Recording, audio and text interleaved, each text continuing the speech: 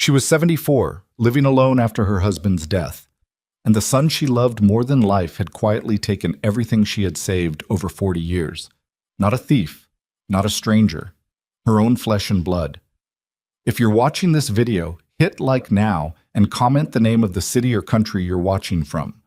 I want to know how far this story has gone. Don't forget to subscribe and turn on notifications, because the stories that follow will be even more shocking than what you're about to hear. Now let me tell you what happened.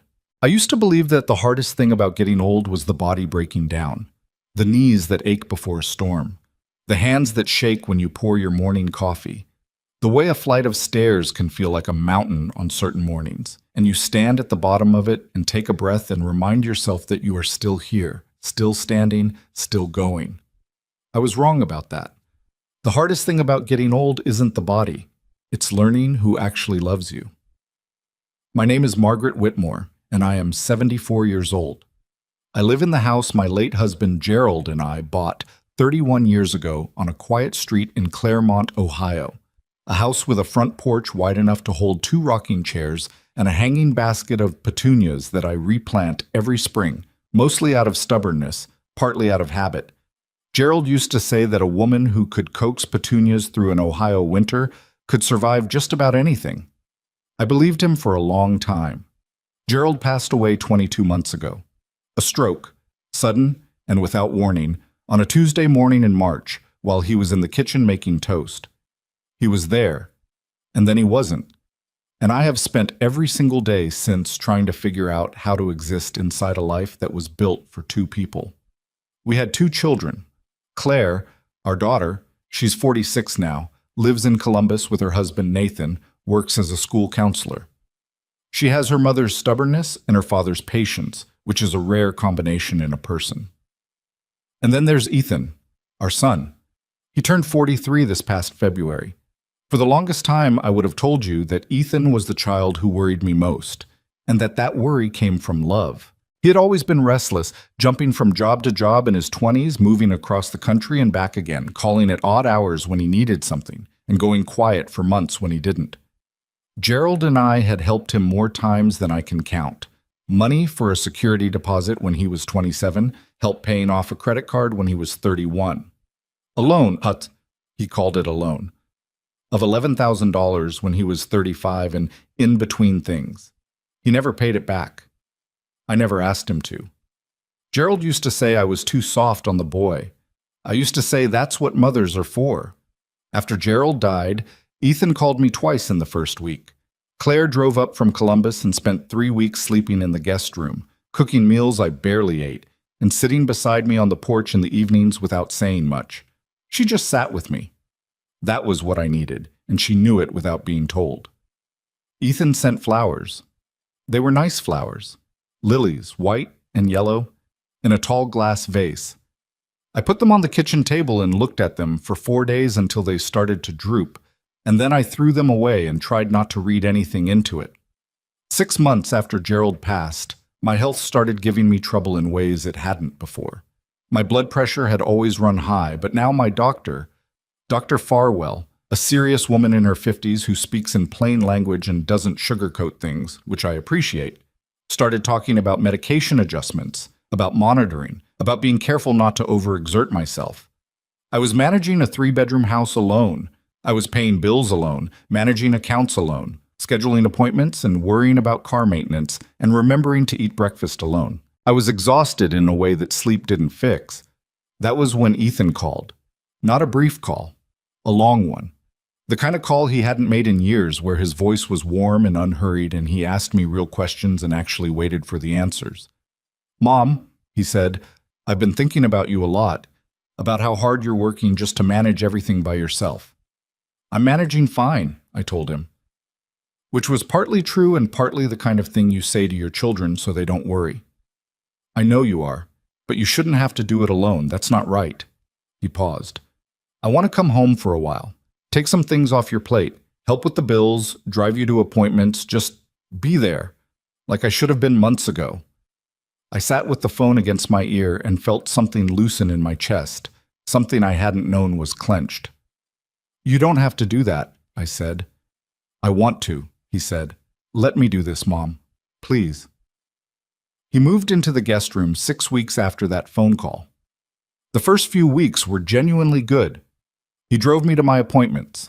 He sorted through the stack of medical bills that had been piling up on the kitchen counter and organized them into a folder with labels. He cooked dinner twice a week. Nothing complicated, pasta or grilled chicken, but it was warm, and there was someone sitting across the table from me, and that mattered more than I knew how to say. He carried the heavy grocery bags without being asked. He fixed the screen door that had been sticking since September. I felt relief so deep it was almost physical. I called Claire and told her Ethan was home and that he was different, steadier, more present. She was quiet for a moment on the other end of the line. "I'm glad to hear it," she said carefully. "You don't sound glad." "I am, Mom. I want to make sure this is what it looks like." "Claire," I heard the sharpness in my own voice and tried to soften it. "Your brother came home to help me. That's something good. Let it be something good." She didn't argue. She said she'd drive up to visit in a few weeks. I told her that would be lovely. We hung up, and I pushed away the small, uncomfortable feeling that her hesitation had planted in the back of my mind, the way you push away a sound you're not sure you heard. About 3 weeks after Ethan arrived, he sat across from me at the kitchen table with a yellow legal pad and a serious expression on his face. "Mom, I've been looking at how you're managing your finances," he said, "and I'm a little worried." I set down my coffee. "What do you mean?" "You've got accounts set up in ways that are complicated. Multiple institutions, some accounts that are old and not earning much interest, paperwork that hasn't been updated since. Some of this still has Dad's name on it, and that could create real problems if something happens to you or if you need to make any major decisions quickly." That part was true. After Gerald died, I had started the process of updating things, but I'd gotten lost in the paperwork and stopped somewhere in the middle. It was on my list of things to deal with. It had been on my list for months. "I know," I said. "I've been meaning to get to that." "That's exactly the problem. You shouldn't be dealing with that on top of everything else." He leaned forward. "What I'd like to suggest, and I've actually looked into this, talked to someone at a financial services office, is that we set up a power of attorney arrangement. It would let me handle the day-to-day management of your accounts, pay bills, make sure everything is running smoothly. You'd still be in control. You'd still know everything that's happening. I'd just be the one doing the legwork." I looked at him. He looked back at me, steady and patient, that serious expression still on his face. "It seems like a big step," I said. "It's a very standard step," he said. "A lot of older adults do this when they have someone trustworthy to help them. It protects you, Mom. It means if you ever can't make a decision yourself, which I hope never happens, there's someone already in place who can act in your interest." "I can still make my own decisions." "Of course you can. This doesn't change that. It's just a safety net. It's just making things easier." He said easier the way someone says safe, with a kind of gentle finality, like the argument was already settled and he was just being patient enough to let you catch up. I should have called Claire before I signed anything. I know that now. I knew it then, somewhere in the part of me that still had good instincts, the part that Gerald used to call my weather sense, the ability to feel a change in the air before the clouds actually arrived. But I was tired. I was lonely. And my son was sitting across from me with a yellow legal pad and a look on his face that reminded me, God help me, of the little boy who used to climb into bed beside me during thunderstorms and say, "I'll take care of us, Mom." I signed the power of attorney documents 2 days later at a notary office on Merchant Street. The notary was a brisk young woman who asked if I understood what I was signing. I said I did. She stamped the papers and handed me copies. Ethan folded his copies into a manila envelope and put them in his jacket pocket, and we walked back to the car and he bought me a coffee at the drive-thru on the way home and said, "This is going to make things so much easier for both of us." I believed him. That was the first thing I gave away. Not money. Not yet. Just trust. Wrapped in legal language, handed over in a notary's office on a Thursday afternoon in October. The weeks that followed had a rhythm to them that I found genuinely comforting. Ethan handled the bills. He updated the account information, for convenience, he said, so that the statements all went to a single email address he had set up that he could manage more easily. He took over my appointment scheduling. He started coming with me to see Dr. Farwell, sitting in the corner of the exam room and taking notes on his phone, so I don't forget anything. And Dr. Farwell would glance at him occasionally in a way I didn't pay enough attention to at the time. I stopped looking at the mail. Not because Ethan told me to. He never said don't look at the mail. He just made it unnecessary. He collected it. He sorted it. He said it's just junk, Mom, or I'll handle that bill, or that one's already taken care of. And I let him because every time I handed him something to deal with, I felt that loosening in my chest again, that merciful release of pressure, and I thought, this is what it feels like to be taken care of. This is what I've been missing. Claire came to visit in November, a Saturday, and she brought Nathan with her. Nathan is a quiet man, methodical and careful with words in a way that used to make me think he was distant, until I understood that he simply doesn't say things he doesn't mean. He works in financial investigation. I never fully understood what that meant until later. And he has a habit of watching a room the way other people read a book, scanning for details, looking for things that don't add up. Ethan made lunch, chicken sandwiches and soup, and it was pleasant enough on the surface. But underneath it, there was something strained, a current of tension that nobody named. Ethan talked too much about how well things were going, how efficiently he was managing the household, how much better he felt knowing Mom was being looked after properly. Nathan listened and nodded and asked one or two questions that seemed casual, but somehow didn't feel that way. Before they left, Claire hugged me in the hallway for a long time. "You doing okay, Mom?" "Really?" "I'm fine, sweetheart, I promise." "Have you looked at your bank accounts lately?" Something in her tone made the hair on the back of my neck stand up. "Ethan manages all of that now." "I know." She pulled back and looked at me. "When was the last time you actually looked?" I thought about it. October, maybe, before Ethan set up the new arrangement. The way her face changed just slightly, just for a fraction of a second, her eyes going careful and her jaw going tight, that should have told me everything. But she just kissed my cheek and said, "I'll call you Tuesday." And then she and Nathan walked down the front steps to their car, and I stood in the doorway and watched them go.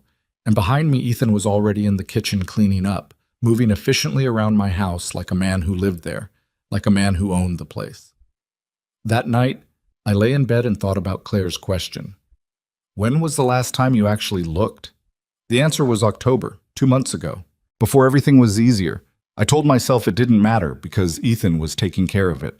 I told myself Claire was being protective, the way she always was, the way that sometimes slid into being controlling. I told myself that I had signed legal documents, and there were systems in place, and everything was fine.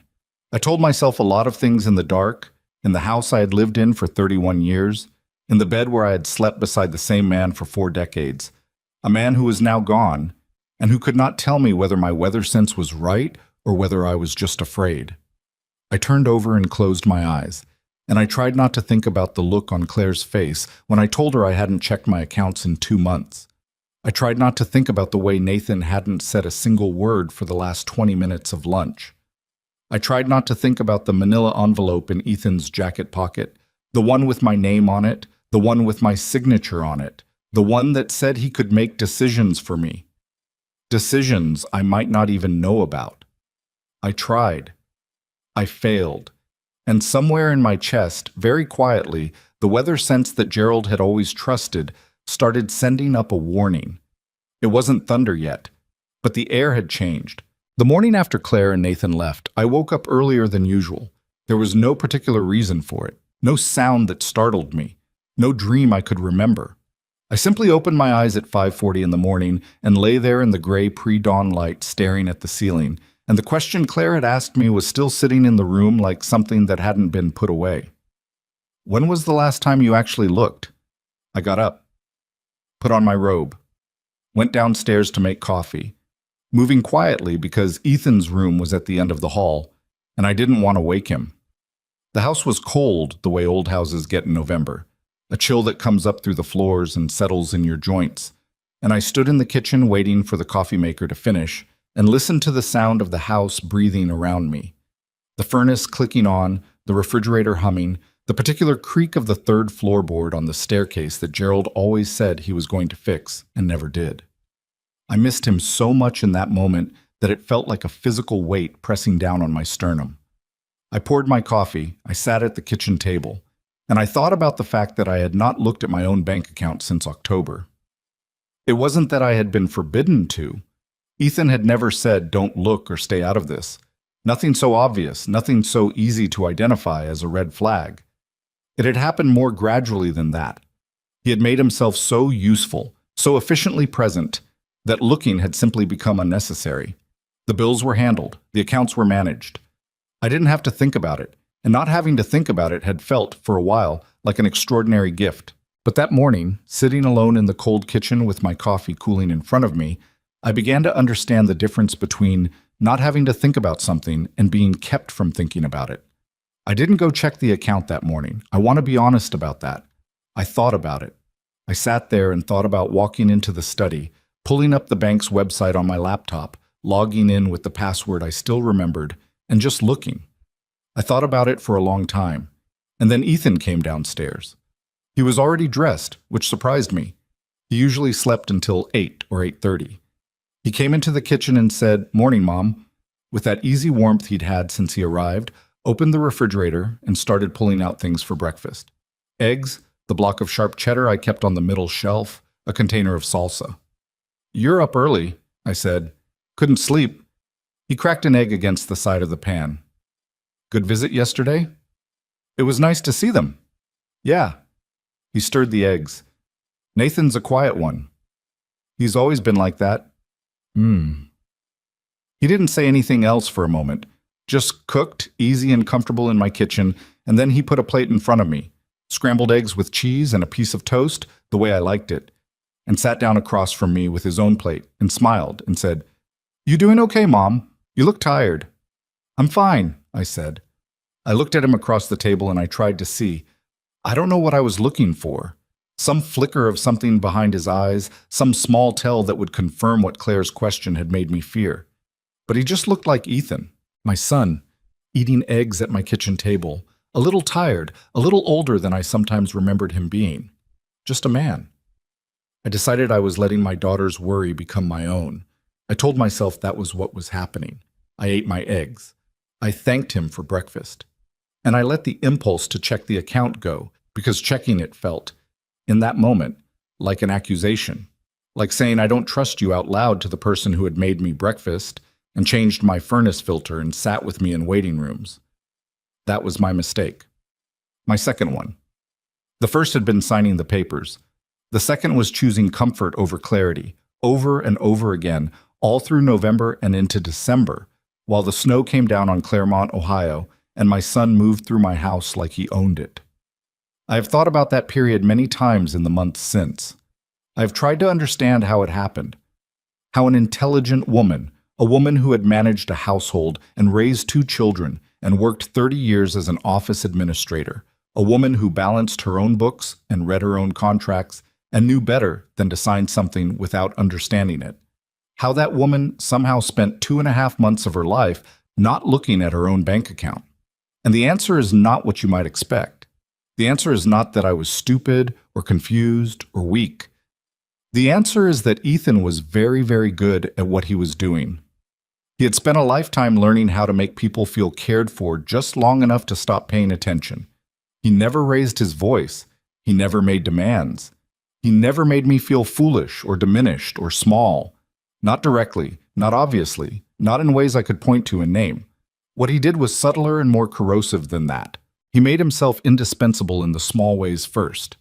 The breakfast, the bills, the appointments. The way he would say, "I'll take care of that, Mom," before I even finished the sentence, so that over time I stopped finishing sentences. Stopped picking up the mail. Stopped calling the bank. He made my own life feel like a burden I had been relieved of. And once you've been relieved of a burden, going back to carry it feels ungrateful. It was Claire who first noticed the gaps, though she didn't say so directly. Not to me, not yet. She called on Tuesdays like she'd promised, and the calls were warm and normal, and she asked about my health and my appointments and how the house was holding up in the cold. But every few weeks, woven into the conversation so naturally I almost didn't notice, she would ask some version of the same question. "Have you been in touch with your financial advisor lately?" Gerald and I had worked with a man named Philip Cotter at a firm in town for years. A steady, unexciting man who sent annual statements and sent birthday cards and could always be counted on to answer the phone. I hadn't spoken to Philip since August. Ethan's been handling things, I told her. I know, but it might be good to check in yourself, just to know what's happening. Claire, I'm not going to call Philip behind Ethan's back. That would be insulting. A pause. Okay, Mom. She didn't push it. She never pushed it. She'd learned growing up that pushing me made me dig in. It was a quality I'd passed on to both my children in different forms. She planted the seed and waited and said, okay, Mom, and called again the next Tuesday. Meanwhile, Ethan's management of my financial life deepened in ways I only understood later, looking back. In December, he mentioned that he'd been in contact with a man named Dale Harmon, an estate planner, he said, someone who could help us think through long-term arrangements. He made it sound routine, the kind of thing responsible families do to prepare. Does he come recommended? I asked. Philip Cotter referred him, actually. I accepted that without question. Why wouldn't I? Philip was someone I trusted. That Ethan had apparently spoken to Philip directly about my accounts on my behalf. That should have been a warning. Instead, I took it as confirmation that my son was being responsible, doing his research, looking out for me. Dale Harmon came to the house on a Thursday afternoon in December, a mild, nondescript man in a gray suit who shook my hand and called me Mrs. Whitmore and spoke in the careful, measured language of someone who charges by the hour. He and Ethan sat across from me at the dining room table with a folder of documents, and Ethan explained what they were for. A living trust arrangement, a beneficiary restructuring, some updates to how my assets would be managed and distributed. It's all very standard, Ethan said. It protects you, Dale Harmon said. I looked at the documents. They were dense with language I understood individually, but struggled to parse in context. Grantor trustee, beneficiary designations, revocable trust provisions. I asked what it all meant in plain terms. Dale Harmon explained slowly and with great patience, in language that circled back on itself and always arrived at the same destination. This is better for you. I'd like to have someone else look at these before I sign, I said. The silence that followed was very brief. Half a second, maybe less, but I felt it. Of course, Dale Harmon said pleasantly. Take your time. Who are you thinking? Ethan said. His voice was still warm, still easy. But something had shifted just slightly in the set of his jaw. I don't know. An attorney, maybe? We could do that, he said. Though honestly, Mom, Dale is the attorney. That's his job. Having a second attorney review it would just cost you more money, and they'd tell you the same thing. I'd still like to think about it.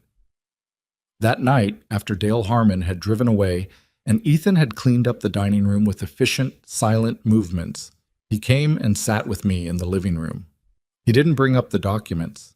He put on a movie I liked, an old one from the 80s, one Gerald and I had seen in the theater together when we were young, and we watched it together, and he got up during the commercials to bring me a cup of tea, and he sat with me until the movie was over. And then he said, "You should get some rest. You look tired." He was so good at it. He was so unbearably, dangerously good at it. I didn't sign the trust documents.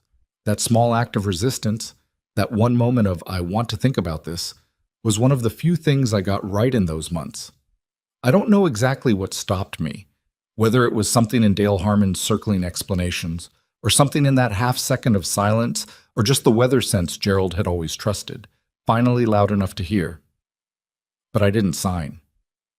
Ethan didn't bring it up again directly. He mentioned it once, 2 weeks later, almost offhandedly. Dale said he can wait as long as you need.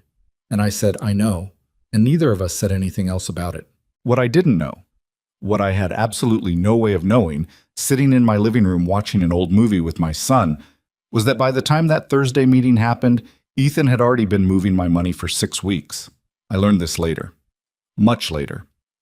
I learned it in a way that I will never forget for as long as I live, because it came at a dinner table with my family around me, and it felt like the floor disappearing from beneath my feet. But I'm getting ahead of myself. January came, and with it a cold so deep and settled that the windows in the study fogged up on the inside, and I stopped going in there entirely. Ethan had a small space heater in his room and offered to bring it to mine, and I said no, and he brought it anyway, setting it in the corner with the cord tucked along the baseboard so I wouldn't trip on it. That was the thing. He was always genuinely thoughtful in the small physical ways. He noticed when I was cold. He noticed when I was tired. He noticed when the trash needed taking out. All of it was real.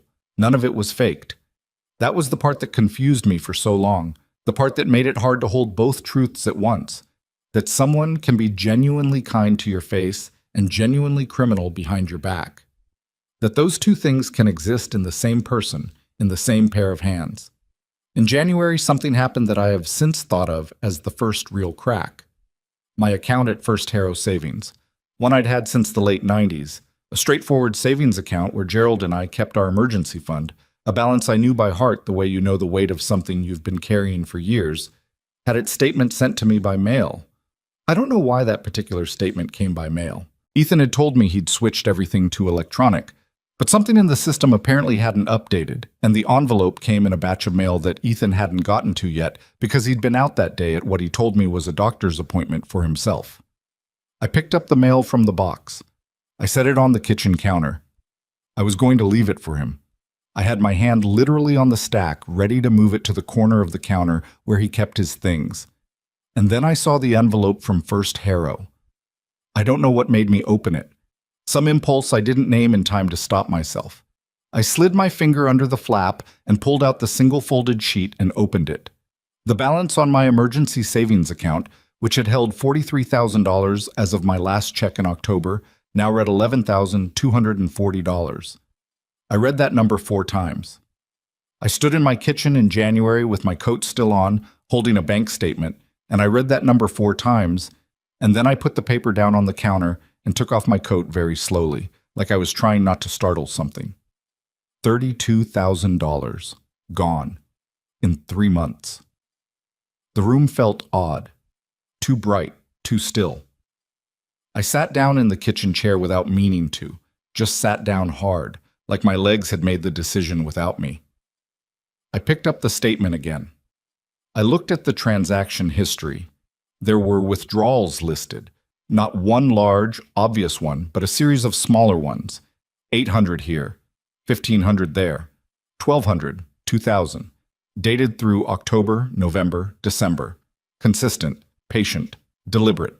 Not impulsive, not panicked, planned. I was still sitting there when I heard Ethan's car in the driveway. I had maybe 45 seconds to decide what to do with what I was holding. I folded the statement and put it in the pocket of my cardigan. I don't know where that instinct came from. I didn't plan it. I didn't think I'd better hide this before he sees it. I just folded it and put it in my pocket with a quick, quiet motion. And then I put the rest of the mail in its usual stack on the counter and stood up and went to fill the kettle like I'd been doing that the whole time. Ethan came in the back door, stomping snow off his boots, shrugging off his coat. He looked up at me and smiled. "Hey, cold out there."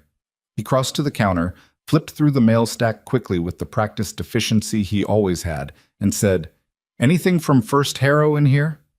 My heart stopped. "I don't think so," I said. "Just the usual things." He looked at the stack one more time. "Okay." He set it back down. "I've been meaning to call them and make sure they switched over to digital properly. Must have slipped through." "Must have," I said. The kettle started to boil. I poured the water into my cup and held it with both hands, and my hands were shaking so slightly I didn't think he could see it. But I kept my back half turned to him so he wouldn't see my face, because I was not confident in that moment that my face was doing what I needed it to do. "You want tea?" I asked. "Sure," he said. I made him a cup of tea. We sat at the kitchen table. He told me about his day, the appointment, the drive across town in the snow, a story about a truck that had slid sideways at an intersection and blocked traffic for 20 minutes. He was a good storyteller when he wanted to be. He always had been. I sat across from him and smiled and asked questions in the right places. And all the while the folded bank statement was in my cardigan pocket, pressed against my ribs, burning like a coal. That night I called Claire. Not from my phone. Ethan paid the phone bill now, and some part of me, newly awake and newly terrified, did not want that call in any record he might access. I used the old landline in the study that still ran through a copper wire connection, a relic I'd kept because Gerald refused to give it up, and I never bothered to cancel it after he died. I called Claire at 11 at night after Ethan's light had gone off under the door down the hall. She answered on the second ring. "Mom? It's late." "I know." I kept my voice low, though there was no reason to. The walls in this house were thick and the study door was closed. Old habit, or new fear. I wasn't sure which. "I need to ask you something." "What's wrong?" "Nothing's wrong," I said, and then immediately, before she could respond, "Maybe something's wrong, I'm not sure." I closed my eyes. "A bank statement came today. First Harrow." A pause. "Okay," Claire said carefully. $32,000 is gone, Claire. Since October." The silence on the line lasted long enough that I started to wonder if she'd heard me. "Claire?" "I'm here," she said. Her voice was very controlled now, the way it gets when she's doing the thing she calls not catastrophizing. "I hear you, Mom." "Okay, listen to me. Don't say anything about this to Ethan. Don't go back and look at the statement around him. Just sit on it for right now." "That's $32,000. "I know." "From one account that I know of." Another silence. "I know," she said again. "Mom, I need to talk to Nathan. Can you give me until tomorrow morning?" "Yes." "Are you safe? Is everything... Is he...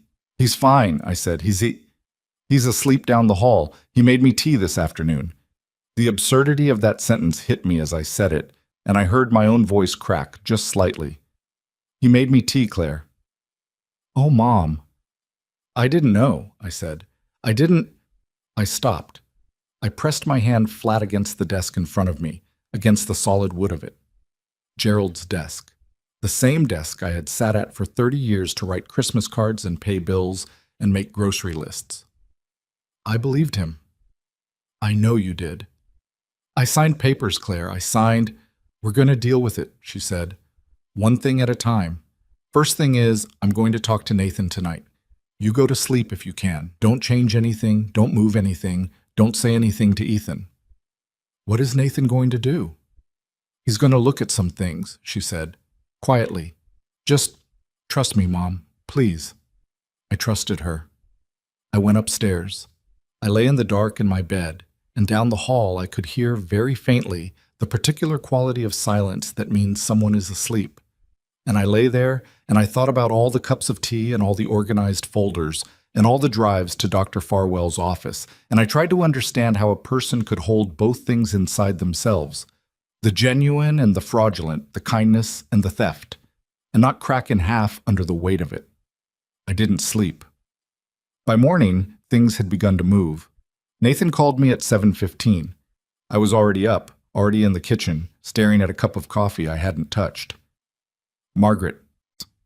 He had never called me Mom, always Margaret, and right now I was grateful for it.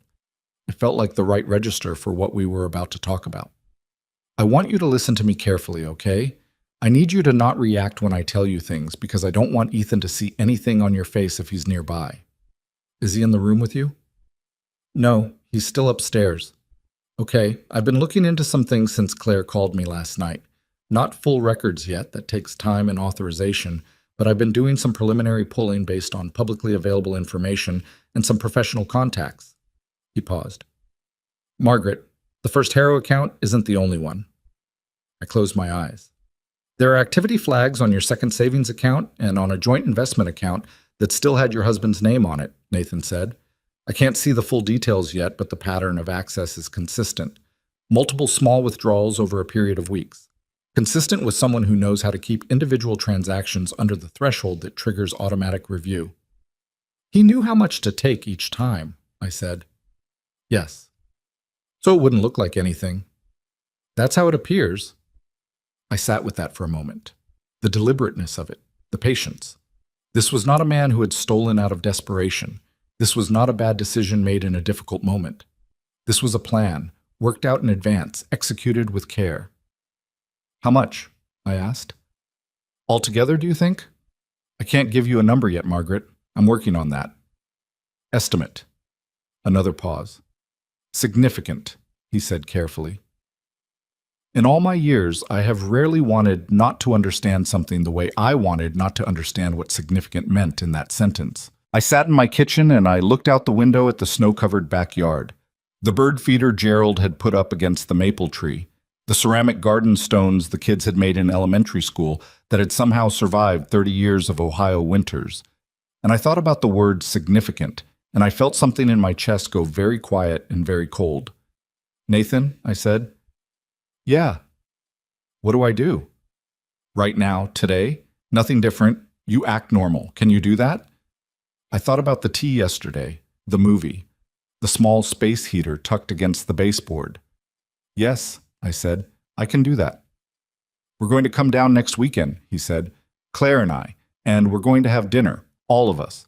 Before we get there, I'll have more information, a clearer picture, and then—" He stopped, started again. "Then we figure out next steps together." I heard the shower turn on upstairs, Ethan starting his morning. "He's up," I said. "Okay. Call me on that landline if anything happens before next week. Not your cell." "All right. Margaret?" His voice shifted just slightly, lost some of its professional steadiness. "I'm sorry. I'm really sorry this is happening." I looked out the window at Gerald's bird feeder. A cardinal had landed on the edge of it, impossibly red against the white snow, and was sitting very still in the cold morning air. "So am I," said. I hung up the phone. I had 6 days to sit across from my son at the kitchen table and smile and answer questions and watch him move through my house and accept cups of tea from his hands, his careful, patient, practiced hands, and say nothing. 6 days. I don't know how I did it. I don't know how I found the particular stillness required to look at someone you have loved your entire life and understand that you are looking at them across a chasm that you cannot name out loud yet, to pass the salt, to comment on the weather, to say goodnight, sleep well, and mean nothing by it at all. On the 3rd day, he told me he was thinking about updating the beneficiary information on my life insurance policy. "It's a loose end," he said. "Should have been addressed after Dad passed. I can take care of it this week if you want." "Let's wait on that," I said. "Let me think about it."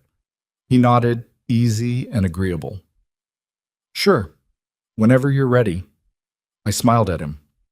And later that night, alone in the study, I sat at Gerald's desk and I pressed my hand flat on the wood, and I did something I had not done in 22 months. Not since the hospital, not since the funeral, not in all the long dark nights since. I talked to Gerald, not out loud, just inside my head, in that place where his voice still lived, the specific texture of how he used to think through a problem, straightforward and methodical, no dramatics, no wishful thinking, just the thing itself and what to do about it. "I got it wrong," I told him. I didn't see it. And in that place where his voice lived, I heard something that was not quite words, but was something more reliable than comfort. "You see it now." Yes, I did. And in 6 days, so would everyone else. The 6 days passed the way certain things pass when you are carrying a secret that is slowly eating through your chest.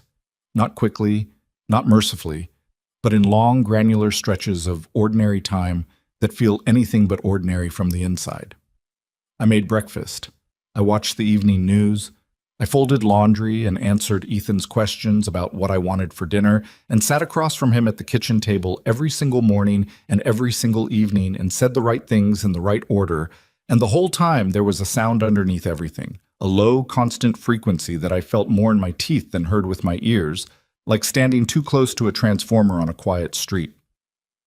I was waiting. On the 4th day, Ethan mentioned Dale Harmon again. We were in the living room after dinner, and I was pretending to read a magazine while he watched a program on TV, and he said it so casually I almost missed it. Almost. "Dale called today," he said, "checking in on the trust documents." I turned a page of the magazine. "Oh?" He said there's no rush, but he did mention that some of the arrangements we discussed would be beneficial to get locked in sooner rather than later. Tax reasons, apparently. Year-end stuff. I kept my eyes on the page. "Let me think about it." "Of course." He turned back to the TV, just passing along the message. I sat there with the magazine open on my lap, and I thought about the phrase "locked in," and I thought about Nathan's word, significant, and I thought about how Ethan's voice had been perfectly measured, perfectly relaxed, the way it always was, the way it had been since the day he walked through my front door with his duffel bag and his careful smile and his yellow legal pad. I thought, he's still moving pieces, even now. He doesn't know I know, and so he's still moving pieces. The patience required to do what I was doing, to sit in that room, on that couch, 6 feet from him, and say, let me think about it, is the hardest thing I have ever done in my life. Harder than the day Gerald died. Harder than any of it. Because grief, at least, is honest. Grief doesn't ask you to pretend. On the 5th day, Nathan called the landline at 2 in the afternoon when Ethan had gone out for groceries. I have full access to the records now, he said. A contact at a financial forensics firm owed me a favor. Margaret, I need you to brace yourself. I was already braced. I had been braced for 5 days. Tell me, I said. The number Nathan gave me was not one I could have imagined, even in my worst moments during those sleepless nights.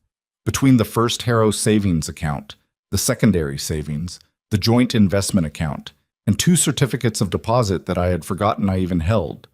Forgotten because they were long-term, because they had been Gerald's domain, because in the years since he died, I had let them sit untouched like so many things I couldn't bring myself to examine. Ethan had moved, redirected, or liquidated a total of $219,000. $219,000, I repeated. Yes. I was sitting at Gerald's desk. I put my free hand flat on the surface of it and pressed down, hard, like I needed to feel something solid. In 4 months, I said. Some of it predates his arrival, Nathan said. He had your account access before he moved in. Remember, you gave him online banking credentials in September over the phone, when he was still in Pittsburgh. I did remember that. He had called and said he needed to be able to monitor a few things before he arrived, just to get a sense of where things stood. It had seemed so reasonable, a preview, preparation. He was already taking money before he got here, I said. Small amounts early on, testing the parameters probably, seeing what you'd notice. Nathan stopped. He knew you weren't looking at your accounts regularly. He counted on it. The CDs, I said. Those were Gerald's retirement accounts. We built those over 20 years. I know. Does Claire know? I told her last night. He paused in a way that told me the telling had not been easy. How is she? She's working through it. Another pause, careful and measured. She's angry, Margaret. At Ethan. I want to be clear about that. She's angry at Ethan. She's not... He stopped. Started again. She blamed herself for a while last night, for not being more aggressive earlier about pushing you to look. I told her that's not how this works, that people like Ethan are specifically skilled at making it hard to see. She knows that. She's working through it. I sat with that. The image of Claire in her Columbus kitchen the night before, working through it, came to me clearly. My daughter, with her mother's stubbornness and her father's patience, having to process the fact that her brother had done this to her mother while she was calling every Tuesday, while she was planting seeds, while she was trying to find the approach that wouldn't push me to dig in. Nathan, I said. Yeah. Is Dale Harmon involved? The estate planner? A silence that lasted slightly too long.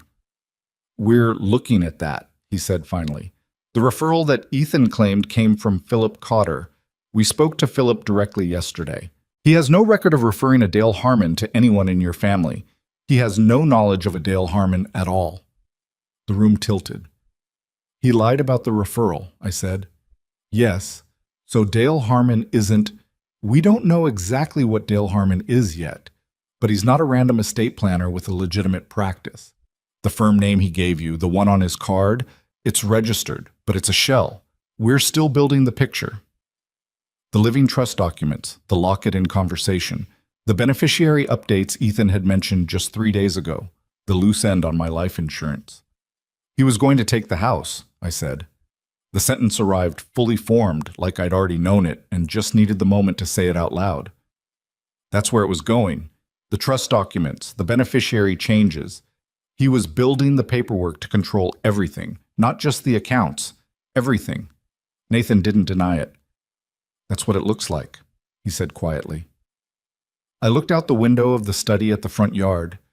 The snow still on the ground, thinner now than it had been, the bare elms along the front walk, the ceramic mailbox that Gerald had installed in 1994 and painted our name on in careful block letters. Whitmore. This house, this life, 31 years of it. We're still coming tomorrow, Nathan said. Dinner, like we planned. I want to see the documents myself, the ones he had you sign in October, the power of attorney. Can you get me access to those without him knowing? My copies are in the file cabinet in the study, I said. Under legal. Good. Can you photograph them and send them to Claire's email before we arrive? Yes. Okay. He exhaled slowly. Margaret, I want you to understand something before tomorrow. Whatever happens at dinner, whatever comes out, however it plays out, you are in a stronger position than you feel right now. The money that's been moved, some of it can be recovered. The power of attorney can be revoked. There are legal tools for this. You are not as trapped as he has tried to make you. I heard Ethan's car in the driveway.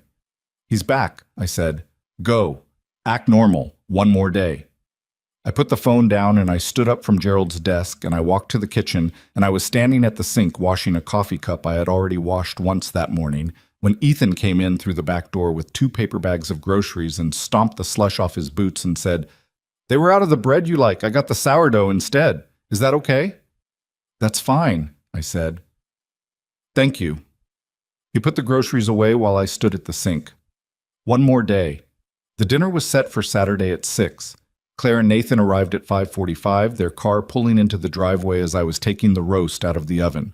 A small standing rib roast, Gerald's favorite, the kind of meal I made for company and hadn't made in months. I had spent the afternoon cooking, not because I thought food would help anything, but because I needed something to do with my hands. Needed the structure of a recipe, the sensory anchor of heat and smell, and the particular sound of a roasting pan, to keep myself from coming apart at the seams before anyone arrived. Ethan was in the living room when they came in. He got up and met them in the front hall. I heard it from the kitchen, the exchange of greetings, Claire's voice high and bright with the effort of normalcy, Nathan's low and measured. Then they were in the kitchen doorway, and Claire crossed to me and hugged me, and I held her for a moment longer than I meant to, and she held on, and neither of us said anything. "Smells amazing," she said when we separated. Her eyes were red at the rims. She'd been crying recently, within the last few hours, and had covered it with makeup that was very nearly convincing. "Go sit down," I told her. "Take Nathan. I'll bring everything out." The table was set in the dining room. The good china, the cloth napkins, the set of candlesticks I hadn't used since Thanksgiving. I had set it that afternoon, slowly and deliberately, the way you do a thing when you understand it might be the last ordinary version of itself. We sat down. I brought out the roast, the potatoes, the green beans.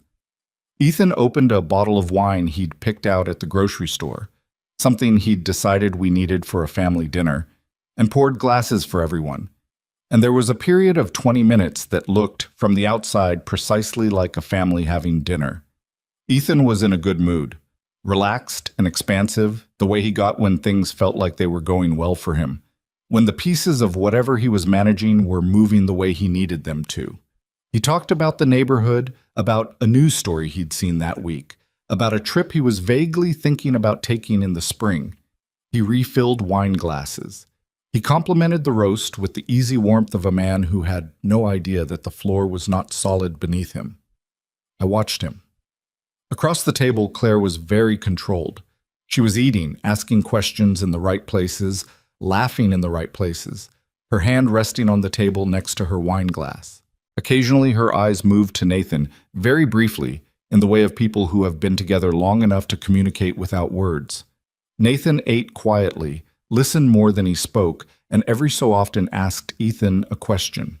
Simple ones, the kind that seemed casual but were doing work underneath the surface. "How are you finding it, living back here in Claremont?" he asked. "Good," Ethan said. "Good to be home. Mom needs the help, and it feels right to be here. Must be a change of pace from Pittsburgh. It is, yeah. But I've simplified. Cut back on a lot of things. This is where I need to be right now. Makes sense? Nathan nodded. It's a big adjustment, taking over someone's finances. Lot of responsibility. A flicker of something moved across Ethan's face. Barely there, gone in an instant, the kind of thing you'd miss if you weren't looking. It's not that complicated, he said. Really just bill management, basically. Making sure things run smoothly. Sure, Nathan said pleasantly. Dinner continued. Plates were cleared. I brought out coffee and a store-bought cake. I hadn't had the capacity to bake. And we sat with our coffee cups and the candles burned low in the candlesticks, and outside the January night was dark and still. And then Nathan reached into his jacket pocket and set his phone face up on the table in front of me. I looked down at it. He had already pulled up the banking app, not my usual banks app, but a different interface, something I didn't recognize. I understood almost immediately what it was. A pull of my account data, aggregated through the forensic access he had described on the phone the day before. He had loaded it deliberately, navigated to the balance summary screen, and set it in front of me. He didn't say anything, he just looked at me steadily and gave the smallest nod. Ethan was in the middle of a sentence about something. The snow forecast for next week, I think, and Claire was watching him with a smile that did not reach her eyes. I picked up Nathan's phone. I looked at the screen. I had known the number since yesterday. Nathan had told me on the phone, had given it to me plainly, and let me sit with it overnight. But knowing a number and seeing it displayed on a screen in front of you, at your own dining room table, in the house where you have lived for 31 years, under the candlelight with the good china and the cloth napkins, those are not the same experience. $219,000. Gone. I sat very still. Ethan's sentence tapered off. He had noticed that I'd picked up Nathan's phone, that I was looking at it, that something had changed in the quality of the room. "What's that?" he said. I looked up at him. For a long moment, I didn't say anything. I looked at my son across the dining room table, across the cloth napkins and the melted down candles, and the remnants of the roast I had spent 3 hours cooking. And I looked at him with everything I had. All 74 years of it, all the love and the labor, and the 32 years of mothering, and the 7 months of being managed and manipulated and quietly, patiently robbed. And I said, "I think you know what it is." The silence that followed was the loudest thing I have ever heard. Ethan's face went through several things very fast. The first was confusion, or the performance of confusion, the furrowed brow, the slight tilt of the head that said, "I don't know what you mean." And then, when that landed on nothing, when he saw in my face that I was not confused and not uncertain and was not going to be redirected, the confusion shifted. It became something else, something flatter and more careful. "Mom," he said, "what's going on?" "I'd like you to tell me where the money went, Ethan." "What money? What are you—" He looked at Nathan, his voice hardened slightly at the edges. "What have you been showing her?" "The truth," Nathan said simply. "You had no right to go through her accounts." "She has every right to know what's in her accounts," Claire said. Her voice was very quiet and very steady, the way it gets when she's most serious. "She's been asking me for months, indirectly. Now she's seen it directly. So maybe you just explain it." "There's nothing to explain." He straightened in his chair, and I watched him reorganize. I could almost see it, the internal reset, the new approach being selected. The warmth came back into his voice like a switch had been flipped. "Mom, I have been managing your finances. That was the arrangement we agreed to. Some of the movements in those accounts are investment reallocations. I moved funds for better returns, which I explained at the time." "You didn't explain anything," I said. "I did, Mom. You were tired. You might not remember." "I remember everything," I said. The steadiness in my own voice surprised me. I had half expected to cry, to shake, to fall apart, the way I had every night alone for 6 days. But something had settled in me somewhere between yesterday and tonight. Some essential thing that had decided it was done with being quiet.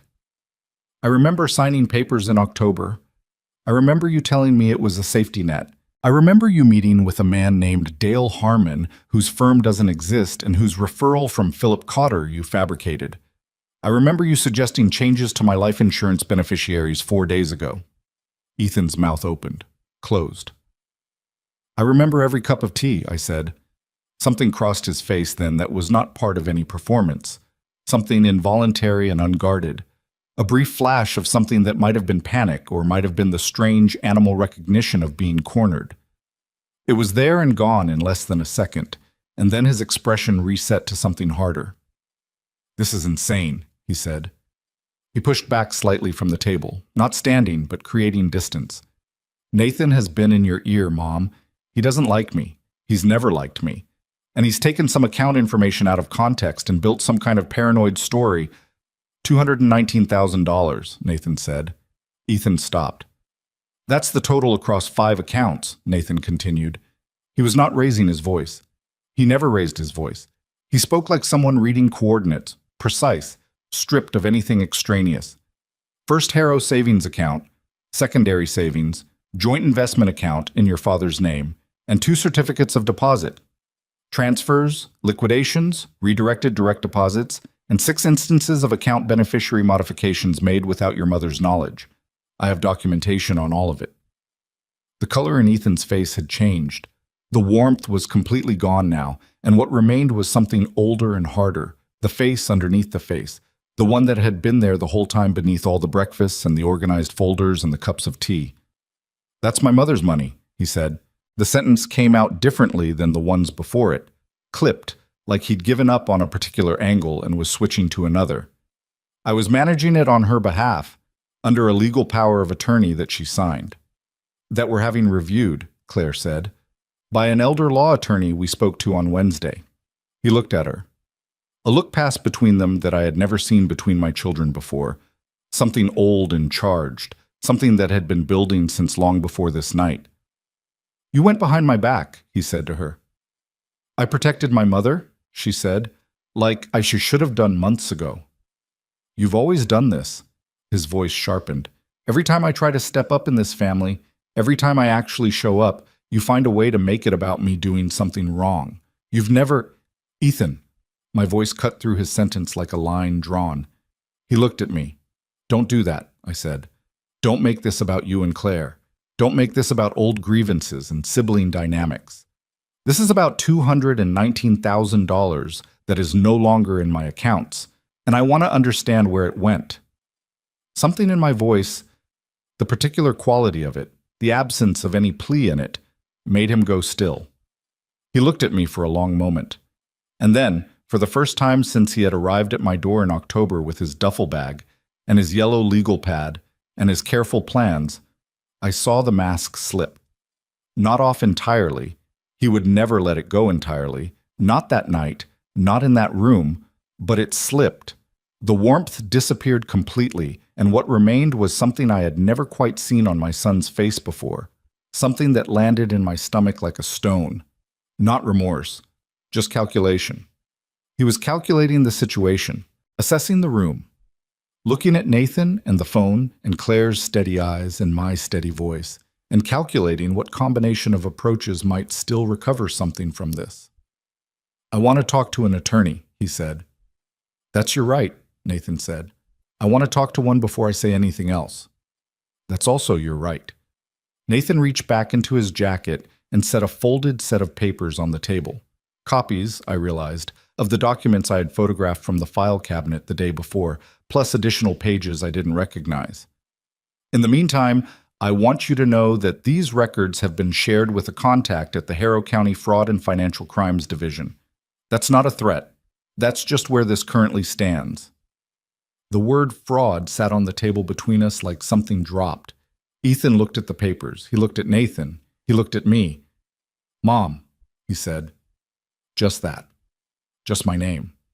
And I understood what he was doing. He was making one more pass at it, the final tool left in his box. The one that had always worked before, the one that had worked the night he called from Pittsburgh and the night he brought me the lily flowers, and the night he sat beside me on the couch and watched the old movie and refilled my tea. He was looking at me with those eyes, my son's eyes, and he was saying Mom in that voice. And he was counting on the thing that had carried him his whole life, the fact that I loved him more than I protected myself. I looked back at him. I thought about Gerald's weather sense. I thought about the cardinal on the bird feeder in the snow.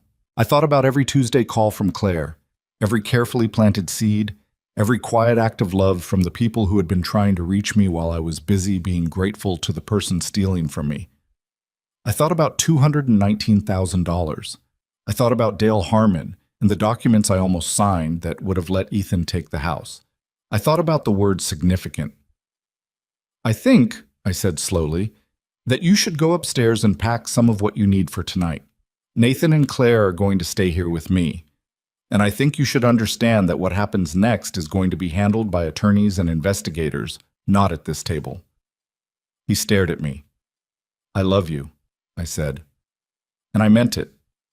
That was the worst part, that I meant it completely, and it didn't change a single thing. I will always love you. You are my son, and that will never stop being true. But I'm telling you to get out of my house tonight. The silence lasted a long time. Claire's hand found mine on the tablecloth, and she held it, and I held back, and across the table Ethan sat with his face doing something I could not fully read. Not quite remorse, not quite anger, somewhere in the territory between them, where people go when they've been caught, and the story they've been telling themselves runs out of road. He stood up. He pushed his chair back with a sound that scraped across the dining room floor. He left the table without looking at any of us, and I heard him on the stairs, his footsteps going up to the guest room, the room where he had been sleeping in my house since October. And I sat at the table with Claire's hand in mine and Nathan's steady presence across from me. And I looked at the remnants of the meal I had cooked and the burned-down candles and the good china on the table. And I breathed, just breathed. 20 minutes later, I heard him come back down. The front door opened, a car door shut, an engine turned over, and then the sound of his tires on the snow-packed street going away, getting smaller, until there was nothing but the January silence and the sound of the house breathing around me. The furnace clicking on, the refrigerator humming, the third floorboard on the stairs that Gerald always meant to fix. Mom, Claire's voice was soft. Are you okay? I thought about it honestly, the way you can only do when the crisis has just passed and you're sitting in the aftermath and you don't have the energy left to tell yourself something comforting. No, I said. She squeezed my hand. Not yet, I added. And that at least was something true enough to hold on to. That not yet is not the same as not ever. That there is a difference between the end of something and the end of everything. That a woman who can coax petunias through an Ohio winter can survive just about anything. Gerald had told me that. I was just now beginning to understand what he meant. The night Ethan left, Claire slept in the guest room. Not the one Ethan had been using. That door stayed closed, and neither of us said anything about it, but we both understood it instinctively. The way you understand without discussion that you don't walk through certain rooms yet. She slept in the other guest room, the one with the blue quilt that had been her room when she was a teenager, and Nathan took the couch with a pillow and a blanket I brought down from the linen closet. And I went to my own room at nearly midnight and lay in the dark and listened to the house settle around me in the cold. I did not sleep well. That would be a lie, and I am done with anything that resembles one. I slept in fragments, an hour here, 40 minutes there, and in between I lay with my eyes open in the ceiling above me, and I did the thing I had been doing every night for a week, which was to replay the last 4 months in my mind and try to locate every moment where I should have seen it, where the weather sense was speaking and I chose not to listen. There were more of them than I wanted to count. By 5 in the morning, I gave up on sleep entirely and went down to the kitchen. Nathan was already up, sitting at the kitchen table with his laptop and a yellow legal pad, the same kind Ethan had used that first night, and the sight of it made me stop in the doorway for just a moment before I walked in and put the kettle on. You should be sleeping, I said. So should you. He looked up at me over the top of his reading glasses. I hadn't known he wore reading glasses somehow in all the years he'd been married to my daughter. Small things you don't know about people. How are you doing? I've been better, I said. I've also been worse. Right now I'm somewhere in the middle. He nodded like that was a fair answer. Come sit down. I want to walk you through some things while Claire's still asleep, Because some of it is going to be hard to hear, and I think you'd rather hear it the first time without her in the room. That was one of the things I had come to understand about Nathan over the past week, that his quietness was not distance, it was precision. He said what he meant and nothing extra, and sometimes what he meant was hard, and he delivered it anyway without softening it into something easier but less true. I sat down across from him with my tea and I said, "Tell me." He turned the legal pad toward me. He had been making notes in his small, cramped handwriting, columns of figures, dates, account numbers, a timeline that went back further than October. Further, I realized as I read, than Ethan's arrival. Further, in fact, than Gerald's death. Some of the earliest activity we can trace starts 14 months ago, Nathan said, before Gerald passed. Not from your accounts, from a joint line of credit you and Gerald held that was rarely used. Ethan accessed it remotely and made 3 withdrawals over 6 weeks, totaling around $8,000. Small enough that it wouldn't have shown up prominently on any statement you were looking at during that period. I stared at the dates on the legal pad. 14 months ago. Gerald had been alive 14 months ago. Not well. The blood pressure issues had started, the fatigue that we kept attributing to age, but alive, here, in this house. He was doing it while Gerald was alive, I said. Yes. Gerald never knew. Almost certainly not. I set down my tea because my hands were not entirely steady. 14 months. I'd been thinking of this as something that started in October, something that started when I signed the power of attorney, something that had a clear beginning I could locate in my memory and make sense of. But it was older than that. It was older than Gerald's death. It had been growing in the dark before any of the lights went on, before any of the arrangements, before the first cup of tea or the first organized folder. Ethan had come home to help me, and before he even asked if he could come, he had already started. He planned this before he called me, I said. Nathan was quiet for a moment. It's consistent with that interpretation, yes. The word plan sat differently in my chest than it had the night before. At the dinner table, in the heat of that confrontation, planned had been shocking. The revelation of it, the scale of it. But in the early morning quiet of my kitchen, with Nathan's legal pad in front of me and the kettle cooling on the stove, planned became something else. It became something I had to integrate, to carry, to find a place for inside my understanding of my own life and my own son.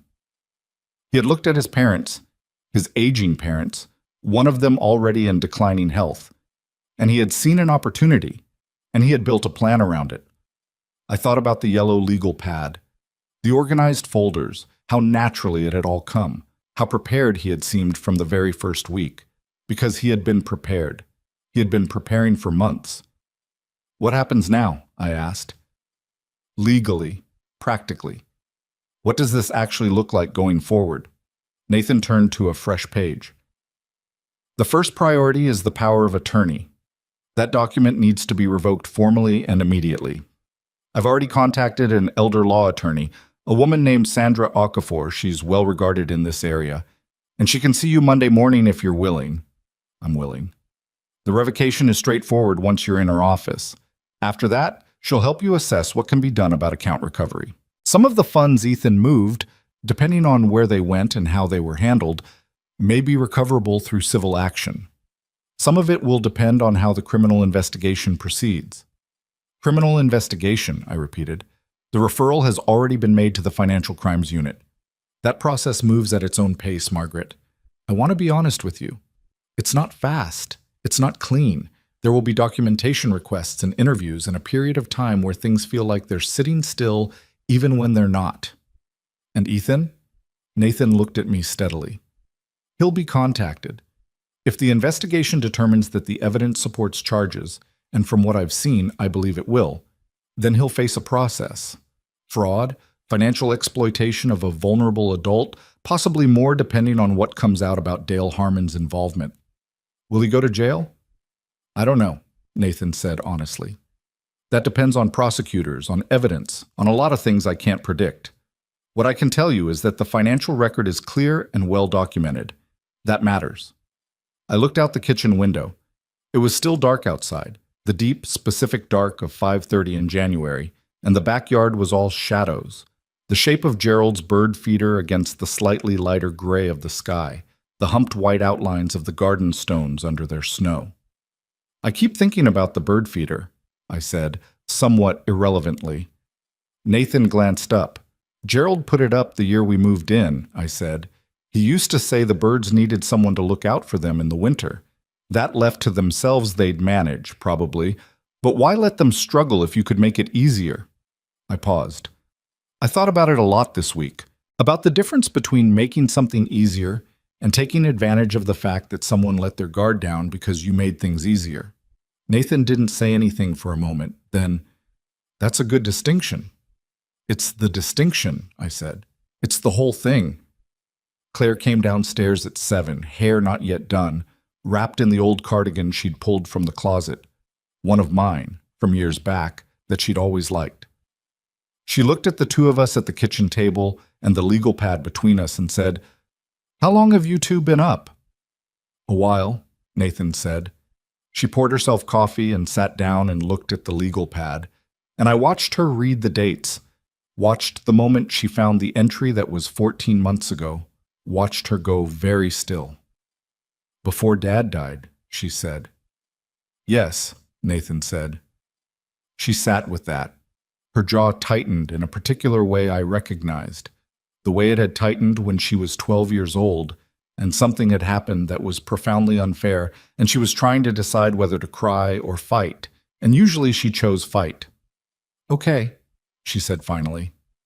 Her voice was flat and controlled, and underneath it was something that would probably come out later, in private, when she let it. "What do we do first?" The next 2 weeks were the most exhausting of my life in a different way than grief is exhausting, in a way that is more about paperwork and phone calls, and sitting in offices, and answering questions and reading documents that all feel simultaneously urgent and unbearably tedious.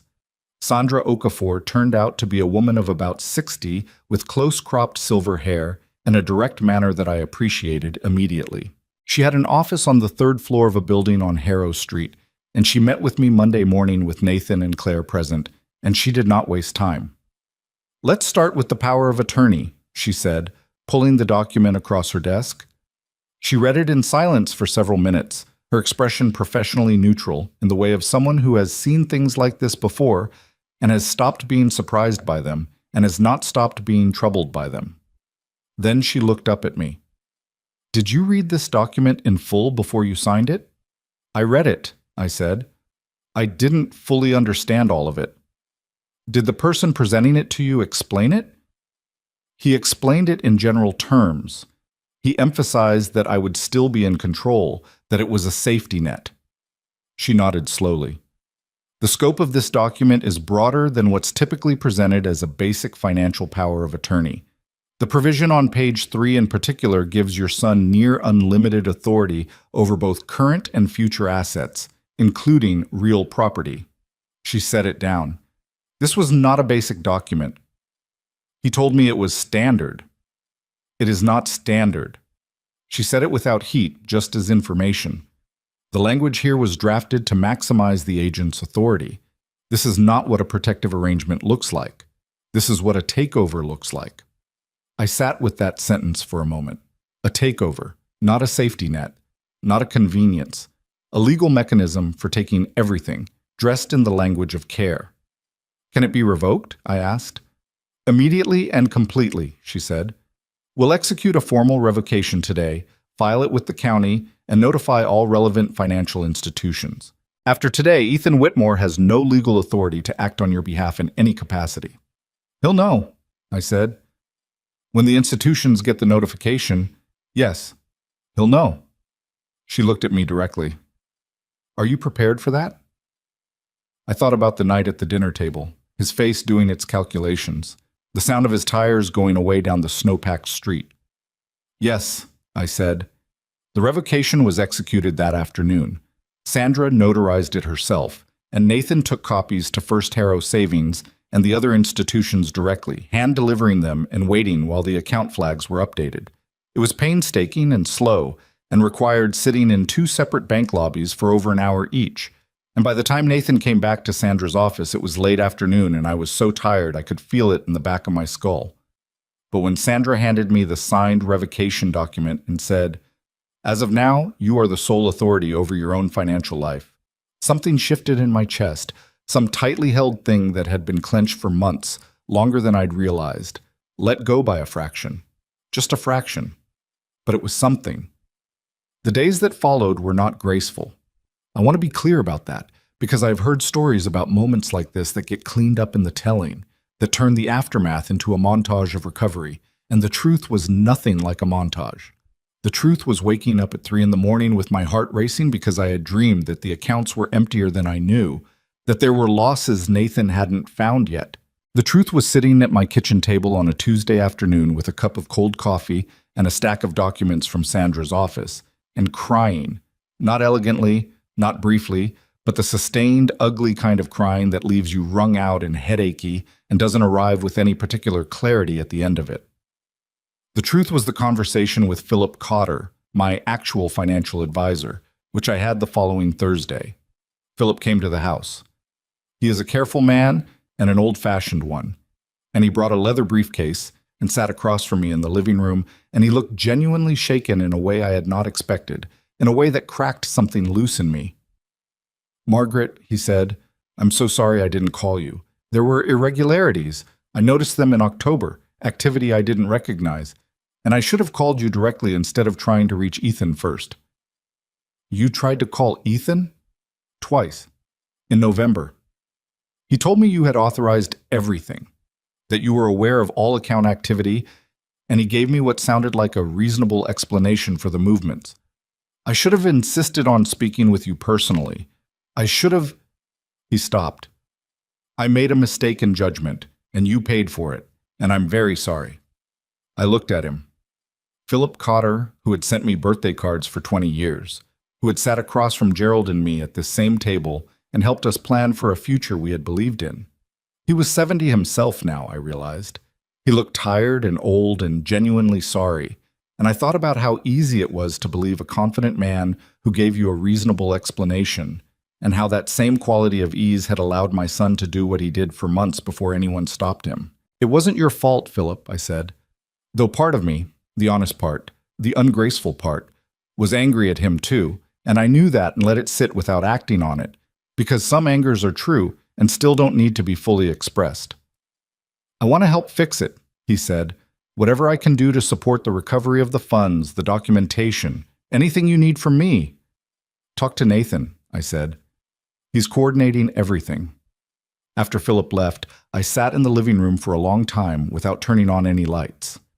The January afternoon went gray and then dark around me, and I sat in the increasing dark and I thought about trust, about the particular architecture of it, how it's built slowly, brick by brick, over years, and how someone who understands that architecture can dismantle it from the inside without touching the exterior, how the outside can look intact while the inside is hollow. Ethan had called twice since the night of the dinner. The first call came 2 days after. My cell phone lit up with his name and I stared at it for 4 rings and then let it go to voicemail. The message he left was brief and strange, not an apology, not an acknowledgement of anything specific, just, "Mom, I just want you to know I'm okay, and I hope you're okay too. I think we should talk. I think there's a lot of misunderstanding here." His voice was warm, still warm. I listened to it once and deleted it and stood in the kitchen for a while afterward feeling something I could not name cleanly, some combination of grief and fury and the specific exhaustion of loving someone who has demonstrated they will use that love against you. The second call came a week later, early morning, 7:15. I didn't answer that one at all. Claire, who had gone back to Columbus after the first week but called every day now, not just Tuesdays, every day, told me that Ethan had tried to reach her too. "What did he say?" I asked.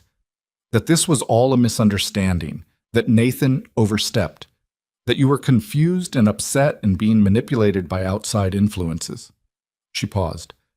"He said it pretty calmly, actually, like he believed it." "Maybe he does," I said. "Does that matter?" I thought about it honestly. "No," I said. "Not legally, not practically. Maybe somewhere down the road it matters in a different way, but not right now.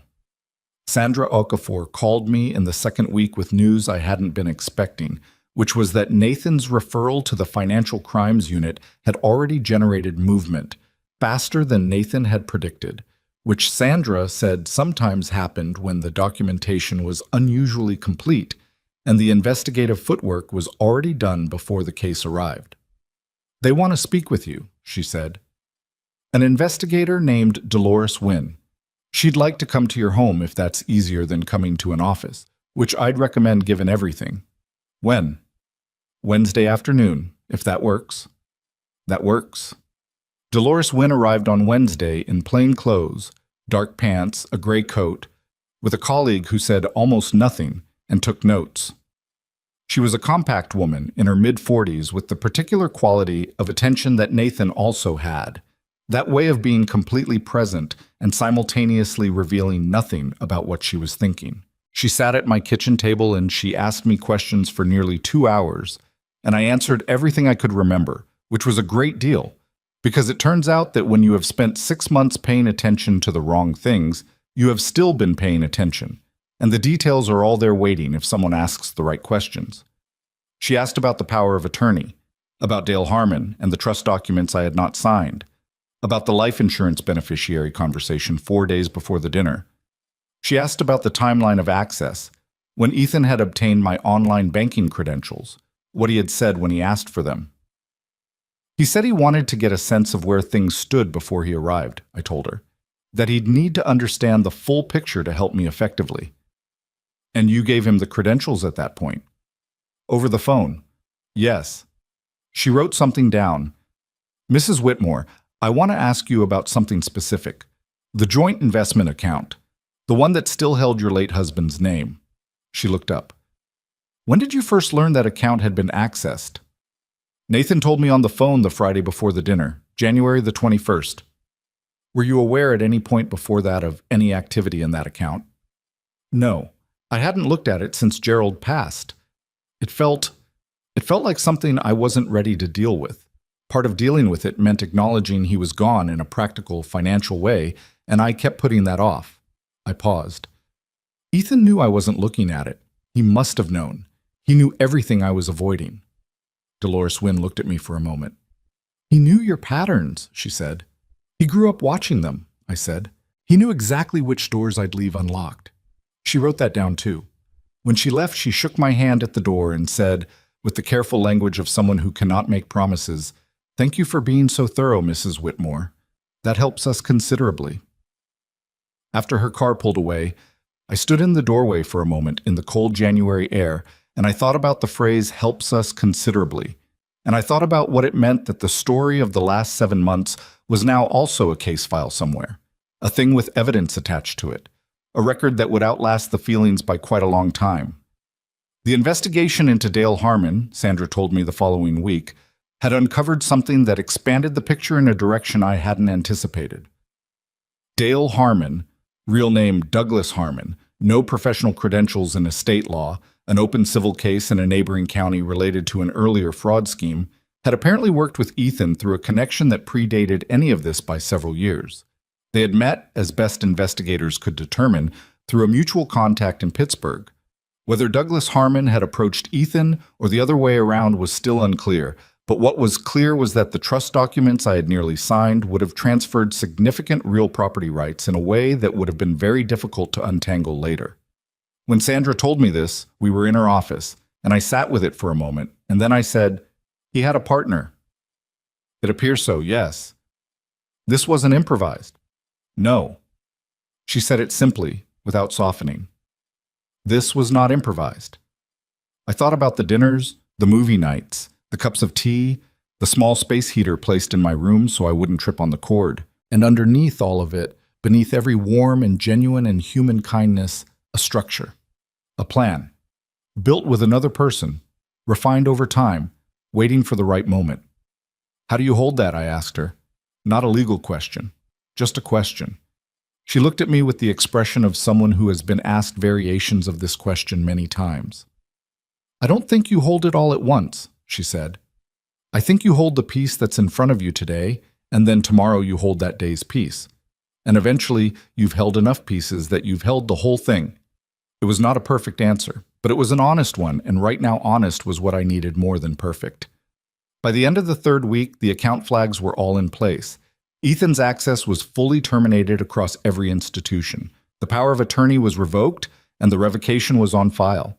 Sandra had filed the civil claim for financial recovery, and the criminal investigation was active. The legal machinery was moving, slowly and without drama, in the direction of consequence. What had not been resolved, what could not be resolved by any attorney or any investigator, was the fact that I was 74 years old, and the person who had built this plan around my loneliness was my son. That I had laid in bed at night for months, grateful for his presence, grateful for the breakfasts and the folders and the cups of tea, while he was counting what he'd taken and calculating what he could still get. That the last 7 months of my life, during which I had felt, for the first time since Gerald's death, that I was not entirely alone. Those months had been, in a significant part, a performance designed to keep me distracted and compliant. I sat on the front porch on a Sunday afternoon, late January, cold enough that I was wrapped in Gerald's old wool coat that still hung by the back door and still smelled faintly like him. The porch boards were cold under my feet, and the street was quiet, and a few houses down someone had hung wind chimes that made a thin, clear sound in the still air. Claire called while I was sitting there. "You outside?" she said. "I can hear wind." "On the porch." "Mom, it's freezing." "I know." I pulled Gerald's coat tighter. I needed the air. She was quiet for a moment. Then, "How are you actually doing?" Not the version for Sandra Okafor or Dolores Wynn.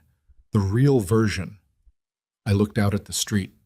At the elm trees along the walk, bare and patient in the cold, waiting for a spring that was still months away. "I'm angry," I said. Most of the time now, I'm just angry. The grief part I keep expecting to come back, and it does sometimes at night. But during the day, mostly, I'm just angry. That's okay. I know it is. I'm not apologizing for it. I paused. I'm angry at him, obviously, but I'm also angry at myself. And I know you're going to tell me not to be, and I appreciate that, but it's still true. I should have looked. I should have pushed back harder. I should have called Philip in October instead of accepting that Ethan had it under control. "You trusted your son," Claire said. "You were tired and lonely, and you trusted your son. That's not a character flaw, Mom. That's what he counted on."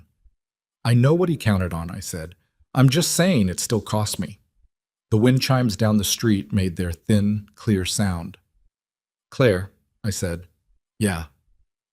Thank you." It was insufficient as sentences go, and I knew it, and I said it anyway. For the Tuesday calls, for not pushing when I pushed back, for planting it all and waiting, for bringing Nathan. I stopped. For coming. She was quiet long enough that I wondered if she was crying. When she spoke, her voice was steady, but only barely.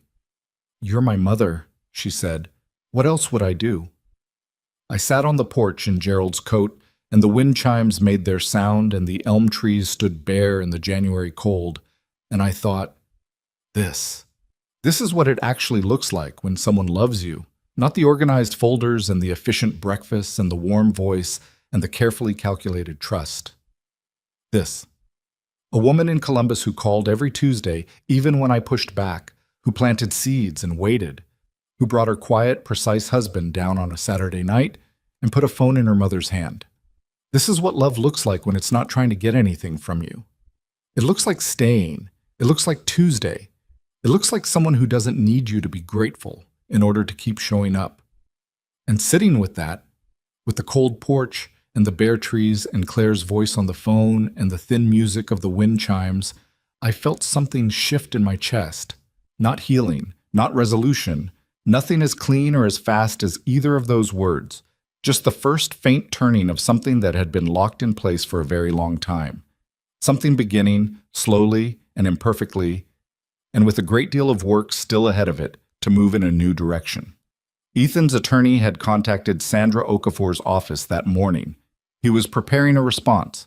Whatever came next was going to be harder than what had already passed, in different ways, in ways I couldn't yet fully see. But I was still here, still on this porch, still wearing Gerald's coat, and this time I was not going to look away.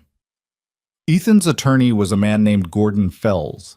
Sandra told me about him on a Monday morning in early February, in the measured tone she used when delivering information she wanted me to absorb without immediately reacting to. Gordon Fells had a practice in Columbus that handled, among other things, white-collar defense. He was experienced. He was, Sandra said carefully, known for being aggressive in his approach. What does aggressive mean in this context? I asked. It means he will likely attempt to reframe the narrative, she said. Challenge the characterization of the power of attorney as exploitative. Argue that the financial activity was authorized or at minimum ambiguous. He may also attempt to introduce your medical history, the blood pressure issues, the grief following your husband's death, as context suggesting that your account of events is affected by stress or confusion. I sat with that for a moment. He's going to say I'm confused. He's going to suggest that the picture is more complicated than it appears, Sandra said. That's different from calling you confused directly, but it arrives at the same place. He's going to use my grief against me. He's going to try, Sandra said. That's what I'm preparing for. I drove home from her office that afternoon in a state that I can only describe as a very specific kind of fury. Not the hot, immediate kind, but the cold, settled kind that doesn't make you want to shout. It makes you want to be very still and very clear and very precise about every single word you say from here forward. The kind of anger that is also, underneath it, a decision. I was not going to be confused. I was not going to be reframed. I was 74 years old and I had signed a document I should have read more carefully, and I had not looked at my own accounts for 2 months, and I had made mistakes, real ones I owned completely. But I knew what I had experienced. I knew what I had seen. And no attorney in Columbus was going to use my love for my dead husband or my exhaustion in the months after he died to turn $219,000 into a misunderstanding. Claire called that evening, and I told her about Gordon Fells, and she was quiet on the line for a moment in the way she gets when she's angry and keeping it in check. He hired an aggressive attorney, she said. Yes, that's okay. Okay. I could hear her working through it. What does Sandra say? That she's prepared for it, that the documentation is strong. I paused. That it may take time. How much time? She doesn't know. These things rarely move quickly. I sat in the living room in the half-dark, not having turned on the lights when I came in, just sitting in the February dusk with the phone against my ear. I want you to know something, Claire. Whatever happens with the legal process, however long it takes, however messy it gets, I'm not going to fall apart. I want you to know that. I know that. I fell apart before, I said. In the middle of it, without knowing I was falling. I'm not doing that again. She didn't say anything for a moment, then, Mom, you didn't fall apart. You were targeted by someone who knew exactly where you were vulnerable. That's different from falling apart. I know the difference, I said. I'm just telling you which one I intend to do going forward. She laughed, a short, slightly watery laugh. Okay, she said. I hear you. February moved slowly. The legal process did what Sandra said it would do, which was move in ways that were difficult to see from the outside. Documentation exchanged, filings made, the slow rotation of institutional machinery that does not pause for grief or fury or the particular anxiety of waiting. Dolores Wynn called twice with procedural updates that I wrote down in a notebook I had started keeping specifically for this purpose, each entry dated and clipped to whatever corresponding document existed. I had become, out of necessity, the most organized I had been since Gerald's death. There was something almost darkly funny about that Ethan's theft had forced me back into the habits of self-management that his so-called help had eroded. Sandra filed an emergency motion in mid-February regarding the joint investment account, arguing that the withdrawals from an account still legally tied to Gerald's estate represented a separate and particularly serious category of violation. The motion was granted, which meant that any remaining funds and accounts connected to Gerald's estate were frozen pending the investigation, protecting them from any further movement. It was a small concrete victory in a landscape of slow-moving abstractions, and I sat in Sandra's office when she told me and felt, for the first time in weeks, that the ground under me was slightly more solid than it had been. What I did not expect what I had not allowed myself to expect, because expecting things had gotten me into this situation in the first place, was the call I received on a Thursday morning in late February. It was Ethan. Not a voicemail this time. My phone rang, and his name appeared, and something in me made a decision before I consciously made it, and I answered. Mom. His voice was different, quieter. The particular warmth, that engineered warmth, the one I now understood was a tool, was gone. What remained sounded tired and flat and genuinely uncertain, which was either the real Ethan surfacing through the wreckage of everything or another performance designed for this specific moment. I genuinely did not know which, and I understood that I might never know. Ethan, I said, I know you probably don't want to hear from me. I answered. A pause. I know. He was quiet for a moment. I'm not. Gordon told me not to call you, that it was a bad idea legally. I'm calling anyway. All right. I don't know what to say, he said. I've been trying to figure out what to say for a month, and I don't. He stopped. There isn't anything I can say that fixes it. No, I agreed. There isn't. I'm not going to tell you it was a misunderstanding. I'm not going to. I know that's what Gordon is arguing, and I know how this has to go legally, but I'm not going to call my own mother and tell her she misunderstood what happened to her money. Another long pause. I can't do that. I sat very still in the kitchen. Outside the window, it had started to snow again. Light flurries, the kind that drift more than fall, catching the gray February light. What are you telling me then? I asked. I don't know, he said. I don't have a word for what I did that feels honest. Justified it for a long time. Told myself things, that you had more than you needed. That I was the one who'd been overlooked my whole life while Claire was the favorite. That I'd paid into this family in ways nobody counted. His voice cracked, just slightly, at the edge. None of that makes it okay. I know that. I'm not saying it as an excuse. I'm saying it because you deserve to know that I knew what I was doing and I did it anyway. And that's the truth. I sat with the snow outside the window and my son's voice on the phone and the truth he had just handed me, and I tried to locate what I felt. It was not simple. It was not clean. It was not the satisfaction I might have imagined before this call, back when the idea of Ethan admitting what he'd done existed only as something I wanted and couldn't have. The reality of it was smaller and sadder and more human than any version I had rehearsed in my head. The money, I said. Where did it go? A long silence. Most of it is gone, he said. Debt. Most of it was debt, from years back. I was in a bad place financially, had been for a long time, and it kept compounding. Douglas Harmon found me, not the other way around. That doesn't excuse it. He found me because I was already looking for a way out of what I'd gotten into. Douglas Harmon, I said. Not Dale Harmon. A pause. You know his real name? I know quite a lot now. Right. Another silence. He had the framework already. He'd done it before with other families. I fit the profile of what he needed, and I let myself fit it. His voice dropped. I want to tell you I'm sorry. I know that doesn't do anything. I know it doesn't give you the money back or give you back the months of what I put you through, but I am. I'm sorry, Mom. I'm genuinely sorry. I looked out at the snow.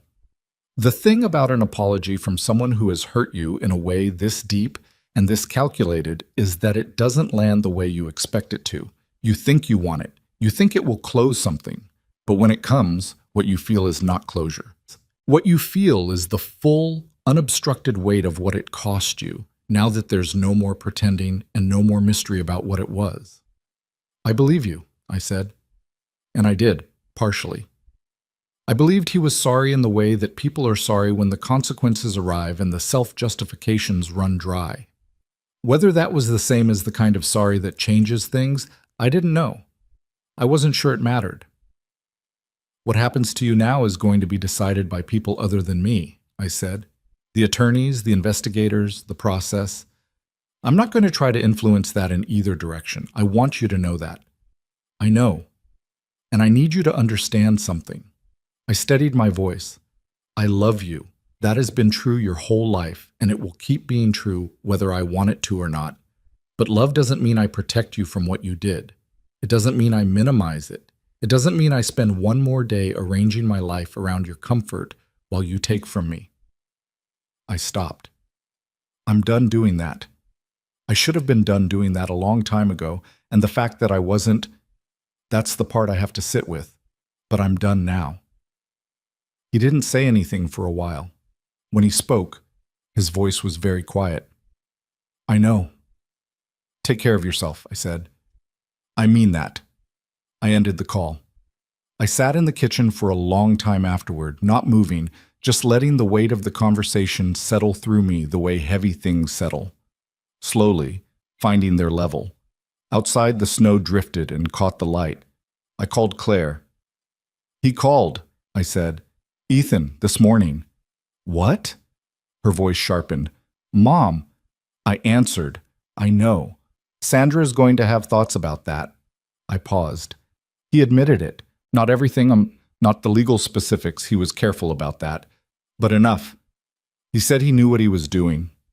Silence. Then, "Are you okay?" "I don't know," I said honestly. "I'm something. I'll figure out what it is later." She was quiet for a moment. "Do you want me to come this weekend?" I looked out the window at the snow. At the bird feeder, where a pair of sparrows had landed and were working through the seeds I'd refilled that morning. The first time I'd refilled it since November. The first time I'd thought to do it. "Yes," I said. "Come." She came on Saturday, just her this time, without Nathan. She brought groceries and a bottle of wine and a bag of her things, and she stayed through Monday morning, and we didn't talk about Ethan much. We cooked together and watched television and sat on the porch on Sunday afternoon, bundled in coats and scarves, drinking coffee and watching the street. And it was ordinary and quiet, and exactly what I needed in a way I hadn't known to ask for. On Sunday evening, after dinner, she helped me clear out the guest room. Ethan's guest room. Not the one she'd slept in, the one at the end of the hall. He had taken most of his things when he left, but there were remnants. A jacket in the closet, a phone charger on the nightstand, a paperback on the dresser with a bookmark in it. Small, ordinary objects that a person leaves behind without intending to. I stood in the doorway and looked at the room for a moment. "You don't have to do this today," Claire said. "I know," I said. "I want to." We stripped the bed, took the jacket to a bag for donation, put the phone charger in a box of miscellaneous things. Claire picked up the paperback and looked at the cover and set it in the box without comment. We aired out the room, opened the window for 10 minutes in the cold, and then I put fresh sheets on the bed and a different quilt.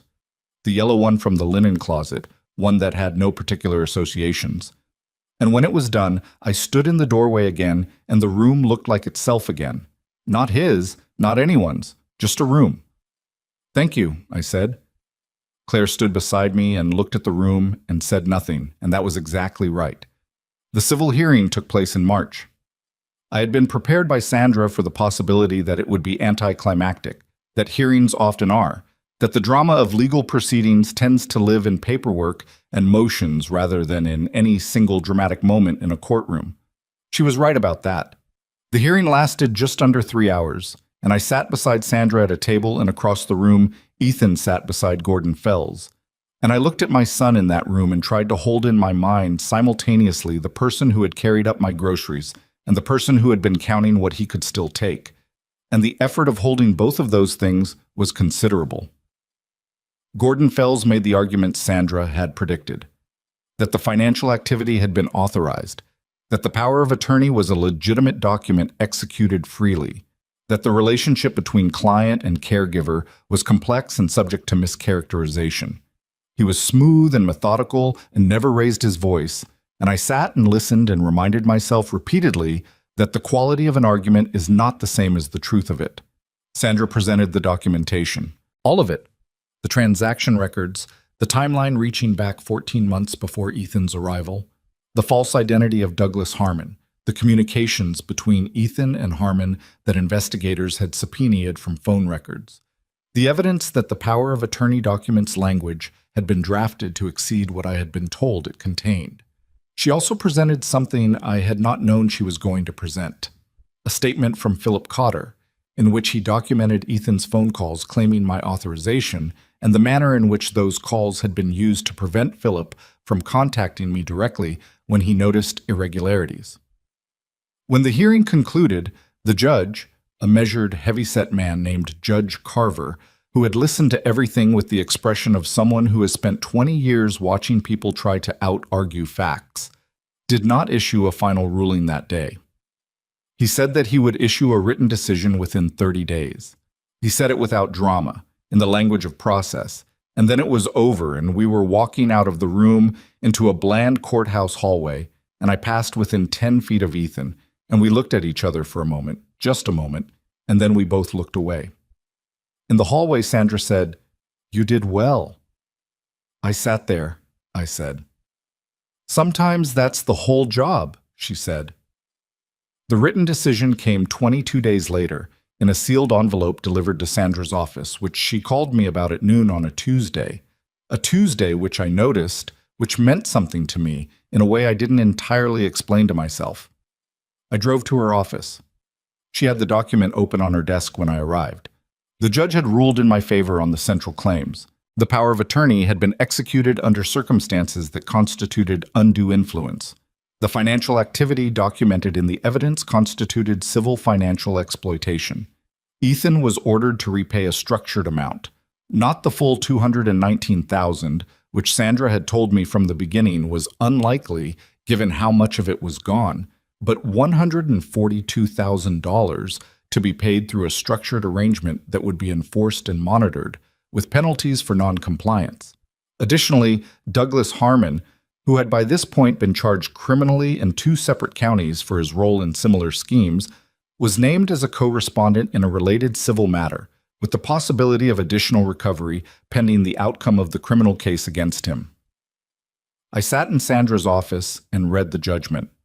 $142,000. Not everything. Not even close to everything, in a sense that went beyond the money. The 7 months, the sleepless nights, the grief of understanding what had been happening while I believed I was being loved. None of that was in the judgment.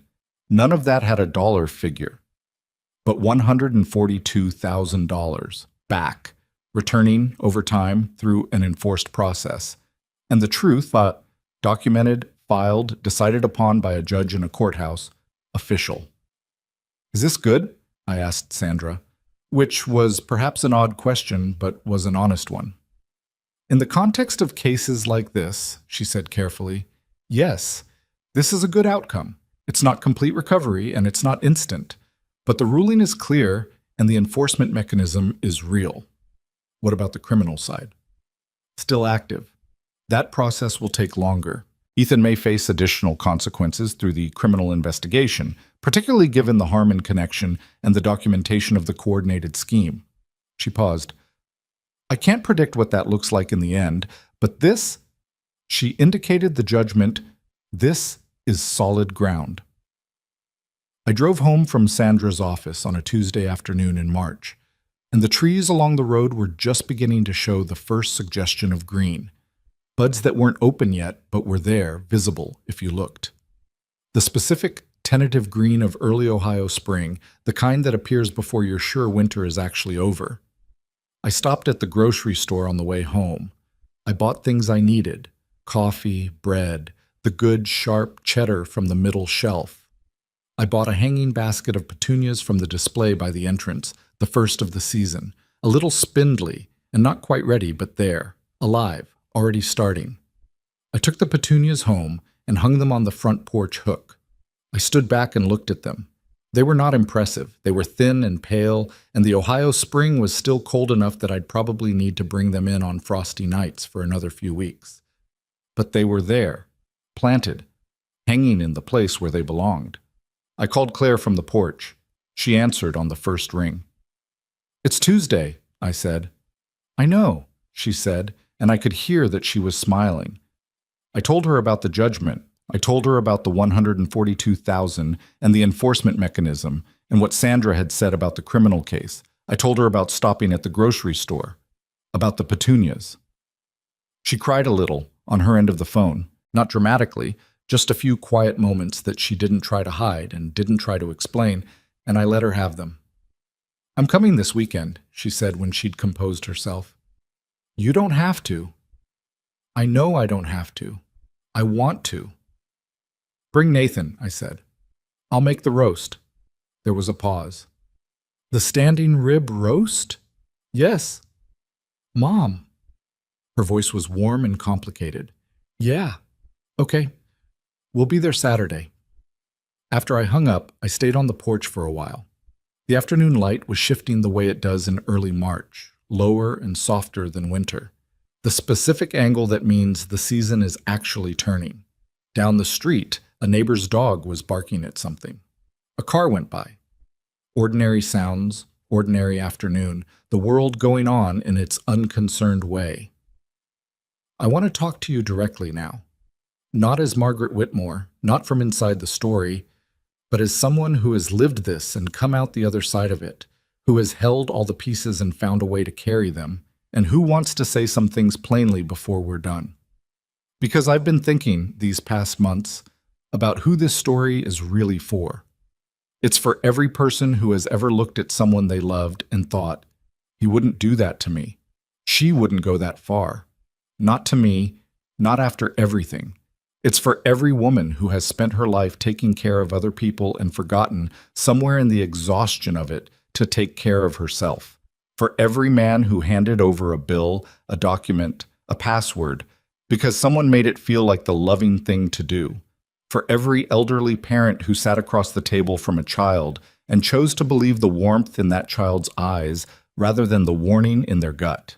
It's for the ones who are right now in the middle of something they can't yet name, who feel vaguely uneasy but don't want to be paranoid, who notice that they haven't looked at their own accounts in 2 months, but tell themselves that's because they trust the person who offered to handle it, who are being made to feel that needing information about their own money is an act of ingratitude. I want to tell you this. Your unease is information. Your gut is information.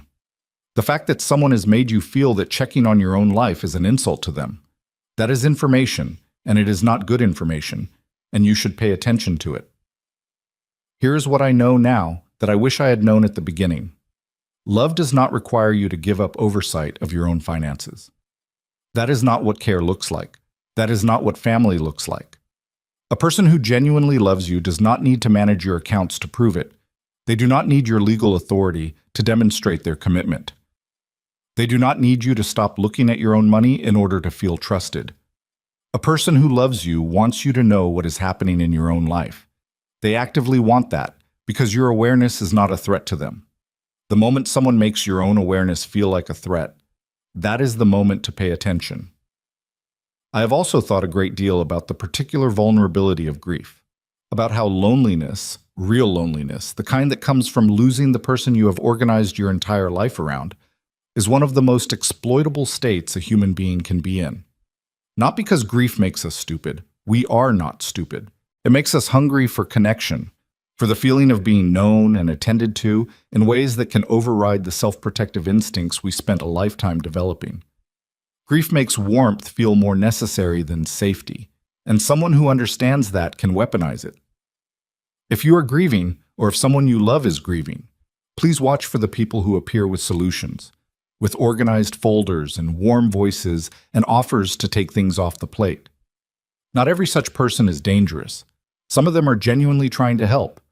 But the timing of their arrival, the breadth of help they offer, the speed with which they move toward access, those things are worth examining, worth asking about, worth verifying with someone outside the immediate circle of that warmth. Get a second opinion. Call the attorney your helper did not recommend. Call your actual financial advisor directly, yourself, not through your helper. Look at your own accounts. Do this not as an act of suspicion, but as an act of self-respect, the basic maintenance of your own life that no one, no matter how much they love you, no matter how helpful they are, should be managing entirely out of your sight. You're allowed to look. You're allowed to ask questions. You're allowed to say, "I'd like to think about this before I sign." You're allowed to say, "Let me have someone else review this." You're allowed always to know what is happening in your own financial life. And anyone who responds to that with hurt feelings or arguments about efficiency or suggestions that your oversight is an insult to their effort, that response itself is what you need to pay attention to. Here's the other thing I know. The people who actually love you do not need to be managed.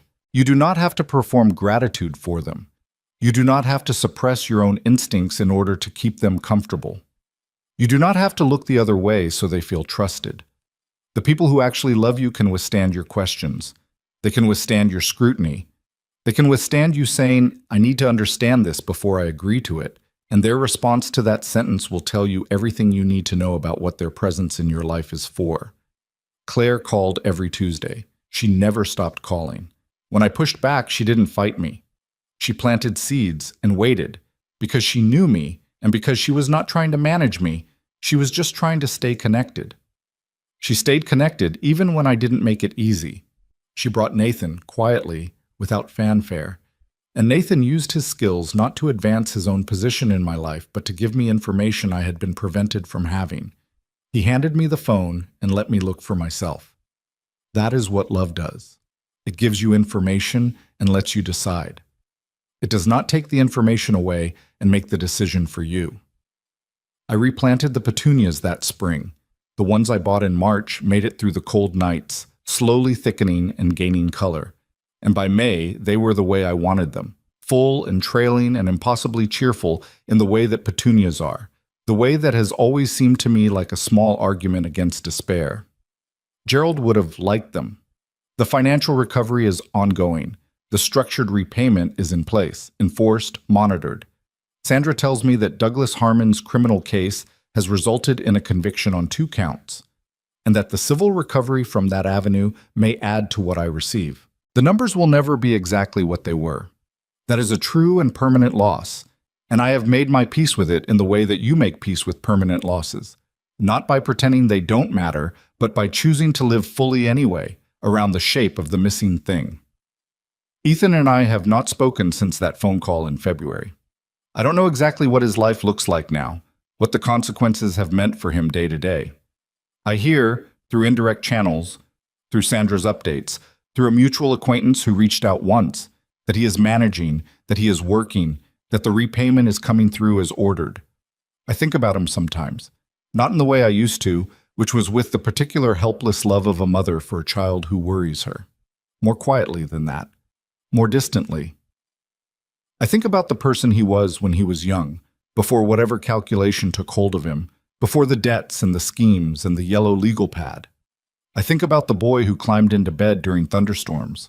I think about the choices people make and how those choices become who they are. And I try to hold that thought without softening it into something that erases what he did, and without hardening it into something that forecloses the possibility, distant, uncertain, not my decision to force, that people can change. I don't know if Ethan will change. I don't know if I will ever be in the same room with him again in a way that feels safe or right or true. I don't know if the version of us that existed before this is something that can be rebuilt, or whether what's been built in its place, the legal documents, the judgment, the record, is the permanent architecture of what we are to each other now. What I know is that I am not waiting for any of those questions to be answered before I live my life. I am 74 years old. I have a front porch with a hanging basket of petunias. I have a daughter who calls on Tuesdays and comes on Saturdays and brings her quiet, precise husband who wears reading glasses and handwrites notes on legal pads and once used his professional network to give his mother-in-law back ownership of her own story. I have a study with Gerald's desk in it and a bird feeder against the maple tree that I fill every morning now without fail, and a house where the 3rd floorboard on the stairs creaks in a way that no one will ever fix, and that is, I have decided, exactly as it should be. I have a life that belongs to me. That is not a small thing. That is, in fact, the whole thing. I want to say one final thing before we close this story, and I want to say it to you specifically. You, watching this, in whatever city or country you're in, whatever hour it is where you are, whatever version of this story you may be carrying with you in your own life. Age does not make a person powerless. I want you to remember that. 74 years old, a widow, alone in a house, 2 months without looking at my own accounts. And I still found my way back. The instincts were still there. The weather sense was still working. It took longer to listen to it than it should have, and the cost of the delay was real. But it was not permanent. It was not the end.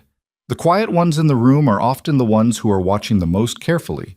The ones who have lived the longest have, if they've been paying attention, been educated by every year of it in ways that don't disappear.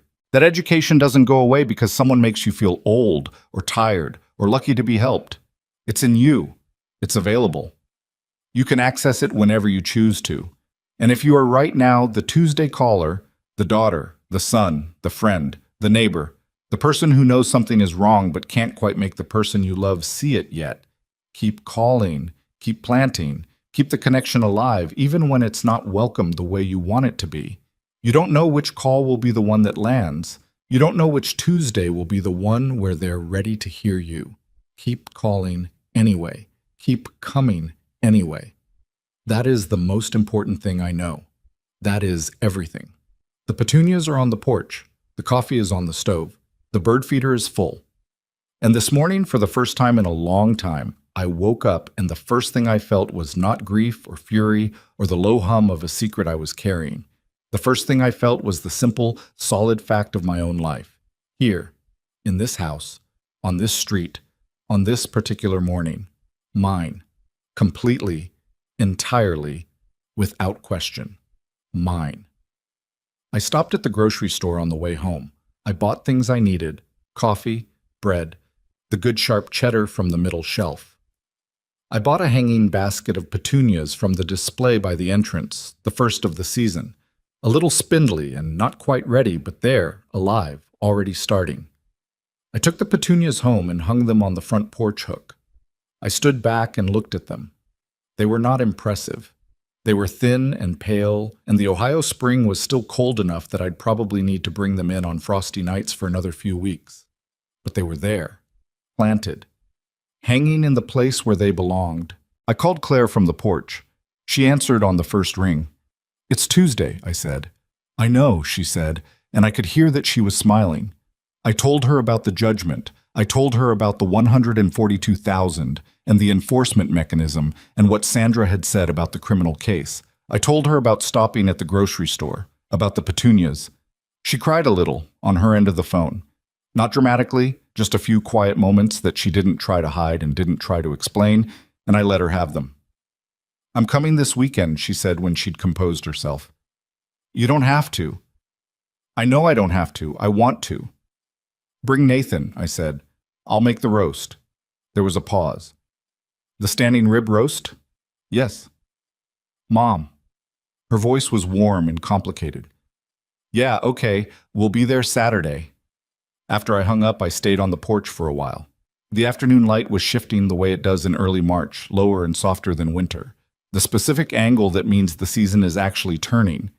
Down the street, a neighbor's dog was barking at something. A car went by. Ordinary sounds, ordinary afternoon, the world going on in its unconcerned way. I want to talk to you directly now. Not as Margaret Whitmore, not from inside the story, but as someone who has lived this and come out the other side of it, who has held all the pieces and found a way to carry them, and who wants to say some things plainly before we're done. Because I've been thinking these past months about who this story is really for. It's for every person who has ever looked at someone they loved and thought, "He wouldn't do that to me. She wouldn't go that far. Not to me. Not after everything."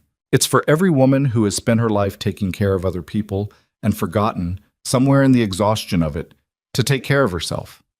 For every man who handed over a bill, a document, a password, because someone made it feel like the loving thing to do. For every elderly parent who sat across the table from a child and chose to believe the warmth in that child's eyes rather than the warning in their gut.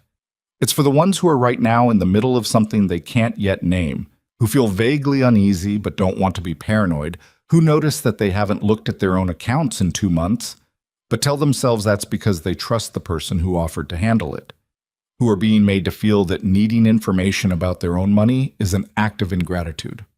I want to tell you this. Your unease is information. Your gut is information. The fact that someone has made you feel that checking on your own life is an insult to them, that is information, and it is not good information, and you should pay attention to it. Here is what I know now that I wish I had known at the beginning. Love does not require you to give up oversight of your own finances. That is not what care looks like. That is not what family looks like. A person who genuinely loves you does not need to manage your accounts to prove it. They do not need your legal authority to demonstrate their commitment. They do not need you to stop looking at your own money in order to feel trusted. A person who loves you wants you to know what is happening in your own life. They actively want that because your awareness is not a threat to them. The moment someone makes your own awareness feel like a threat, that is the moment to pay attention. I have also thought a great deal about the particular vulnerability of grief, about how loneliness, real loneliness, the kind that comes from losing the person you have organized your entire life around, is one of the most exploitable states a human being can be in. Not because grief makes us stupid. We are not stupid. It makes us hungry for connection, for the feeling of being known and attended to in ways that can override the self-protective instincts we spent a lifetime developing. Grief makes warmth feel more necessary than safety, and someone who understands that can weaponize it. If you are grieving, or if someone you love is grieving, please watch for the people who appear with solutions, with organized folders and warm voices and offers to take things off the plate. Not every such person is dangerous. Some of them are genuinely trying to help. But the timing of their arrival, the breadth of help they offer, the speed with which they move toward access, those things are worth examining, worth asking about, worth verifying with someone outside the immediate circle of that warmth. Get a second opinion. Call the attorney your helper did not recommend. Call your actual financial advisor directly, yourself, not through your helper. Look at your own accounts. Do this not as an act of suspicion, but as an act of self-respect, the basic maintenance of your own life that no one, no matter how much they love you, no matter how helpful they are, should be managing entirely out of your sight. You're allowed to look. You're allowed to ask questions. You're allowed to say, I'd like to think about this before I sign. You're allowed to say, let me have someone else review this. You are allowed, always, to know what is happening in your own financial life. And anyone who responds to that with hurt feelings or arguments about efficiency or suggestions that your oversight is an insult to their effort, that response itself is what you need to pay attention to. Here's the other thing I know. The people who actually love you do not need to be managed. You do not have to perform gratitude for them. You do not have to suppress your own instincts in order to keep them comfortable. You do not have to look the other way so they feel trusted. The people who actually love you can withstand your questions. They can withstand your scrutiny. They can withstand you saying, I need to understand this before I agree to it. And their response to that sentence will tell you everything you need to know about what their presence in your life is for. Claire called every Tuesday. She never stopped calling. When I pushed back, she didn't fight me. She planted seeds and waited because she knew me and because she was not trying to manage me. She was just trying to stay connected. She stayed connected even when I didn't make it easy. She brought Nathan, quietly, without fanfare. And Nathan used his skills not to advance his own position in my life, but to give me information I had been prevented from having. He handed me the phone and let me look for myself. That is what love does. It gives you information and lets you decide. It does not take the information away and make the decision for you. I replanted the petunias that spring. The ones I bought in March made it through the cold nights, slowly thickening and gaining color. And by May, they were the way I wanted them. Full and trailing and impossibly cheerful in the way that petunias are, the way that has always seemed to me like a small argument against despair. Gerald would have liked them. The financial recovery is ongoing. The structured repayment is in place, enforced, monitored. Sandra tells me that Douglas Harmon's criminal case has resulted in a conviction on 2 counts, and that the civil recovery from that avenue may add to what I receive. The numbers will never be exactly what they were. That is a true and permanent loss, and I've made my peace with it in the way that you make peace with permanent losses. Not by pretending they don't matter, but by choosing to live fully anyway, around the shape of the missing thing. Ethan and I have not spoken since that phone call in February. I don't know exactly what his life looks like now, what the consequences have meant for him day to day. I hear, through indirect channels, through Sandra's updates, through a mutual acquaintance who reached out once, that he is managing, that he is working, that the repayment is coming through as ordered. I think about him sometimes. Not in the way I used to, which was with the particular helpless love of a mother for a child who worries her, more quietly than that, more distantly. I think about the person he was when he was young, before whatever calculation took hold of him, before the debts and the schemes and the yellow legal pad. I think about the boy who climbed into bed during thunderstorms. I think about the choices people make and how those choices become who they are, and I try to hold that thought without softening it into something that erases what he did, and without hardening it into something that forecloses the possibility, distant, uncertain, not my decision to force, that people can change. I don't know if Ethan will change. I don't know if I will ever be in the same room with him again in a way that feels safe or right or true. I don't know if the version of us that existed before this is something that can be rebuilt, or whether what's been built in its place, the legal documents, the judgment, the record, is the permanent architecture of what we are to each other now. What I know is that I am not waiting for any of those questions to be answered before I live my life. I'm 74 years old. I have a front porch with a hanging basket of petunias. I have a daughter who calls on Tuesdays and comes on Saturdays and brings her quiet, precise husband who wears reading glasses and handwrites notes on legal pads, and once used his professional network to give his mother-in-law back ownership of her own story. I have a study with Gerald's desk in it, and a bird feeder against the maple tree that I fill every morning now, without fail, and a house where the third floorboard on the stairs creaks in a way that no one will ever fix, and that is, I have decided, exactly as it should be. I have a life that belongs to me. That is not a small thing. That is, in fact, the whole thing. I want to say one final thing before we close this story, and I want to say it to you specifically. You, watching this, in whatever city or country you're in, whatever hour it is where you are, whatever version of this story you may be carrying with you in your own life. Age does not make a person powerless. I want you to remember that. 74 years old, a widow, alone in a house, 2 months without looking at my own accounts, and I still found my way back. The instincts were still there. The weather sense was still working. It took longer to listen to it than it should have, and the cost of the delay was real. But it was not permanent. It was not the end. The quiet ones in the room are often the ones who are watching the most carefully. The ones who have lived the longest have, if they've been paying attention, been educated by every year of it in ways that don't disappear. That education doesn't go away because someone makes you feel old or tired or lucky to be helped. It's in you. It's available. You can access it whenever you choose to. And if you are right now the Tuesday caller, the daughter, the son, the friend, the neighbor, the person who knows something is wrong but can't quite make the person you love see it yet, keep calling. Keep planting. Keep the connection alive even when it's not welcomed the way you want it to be.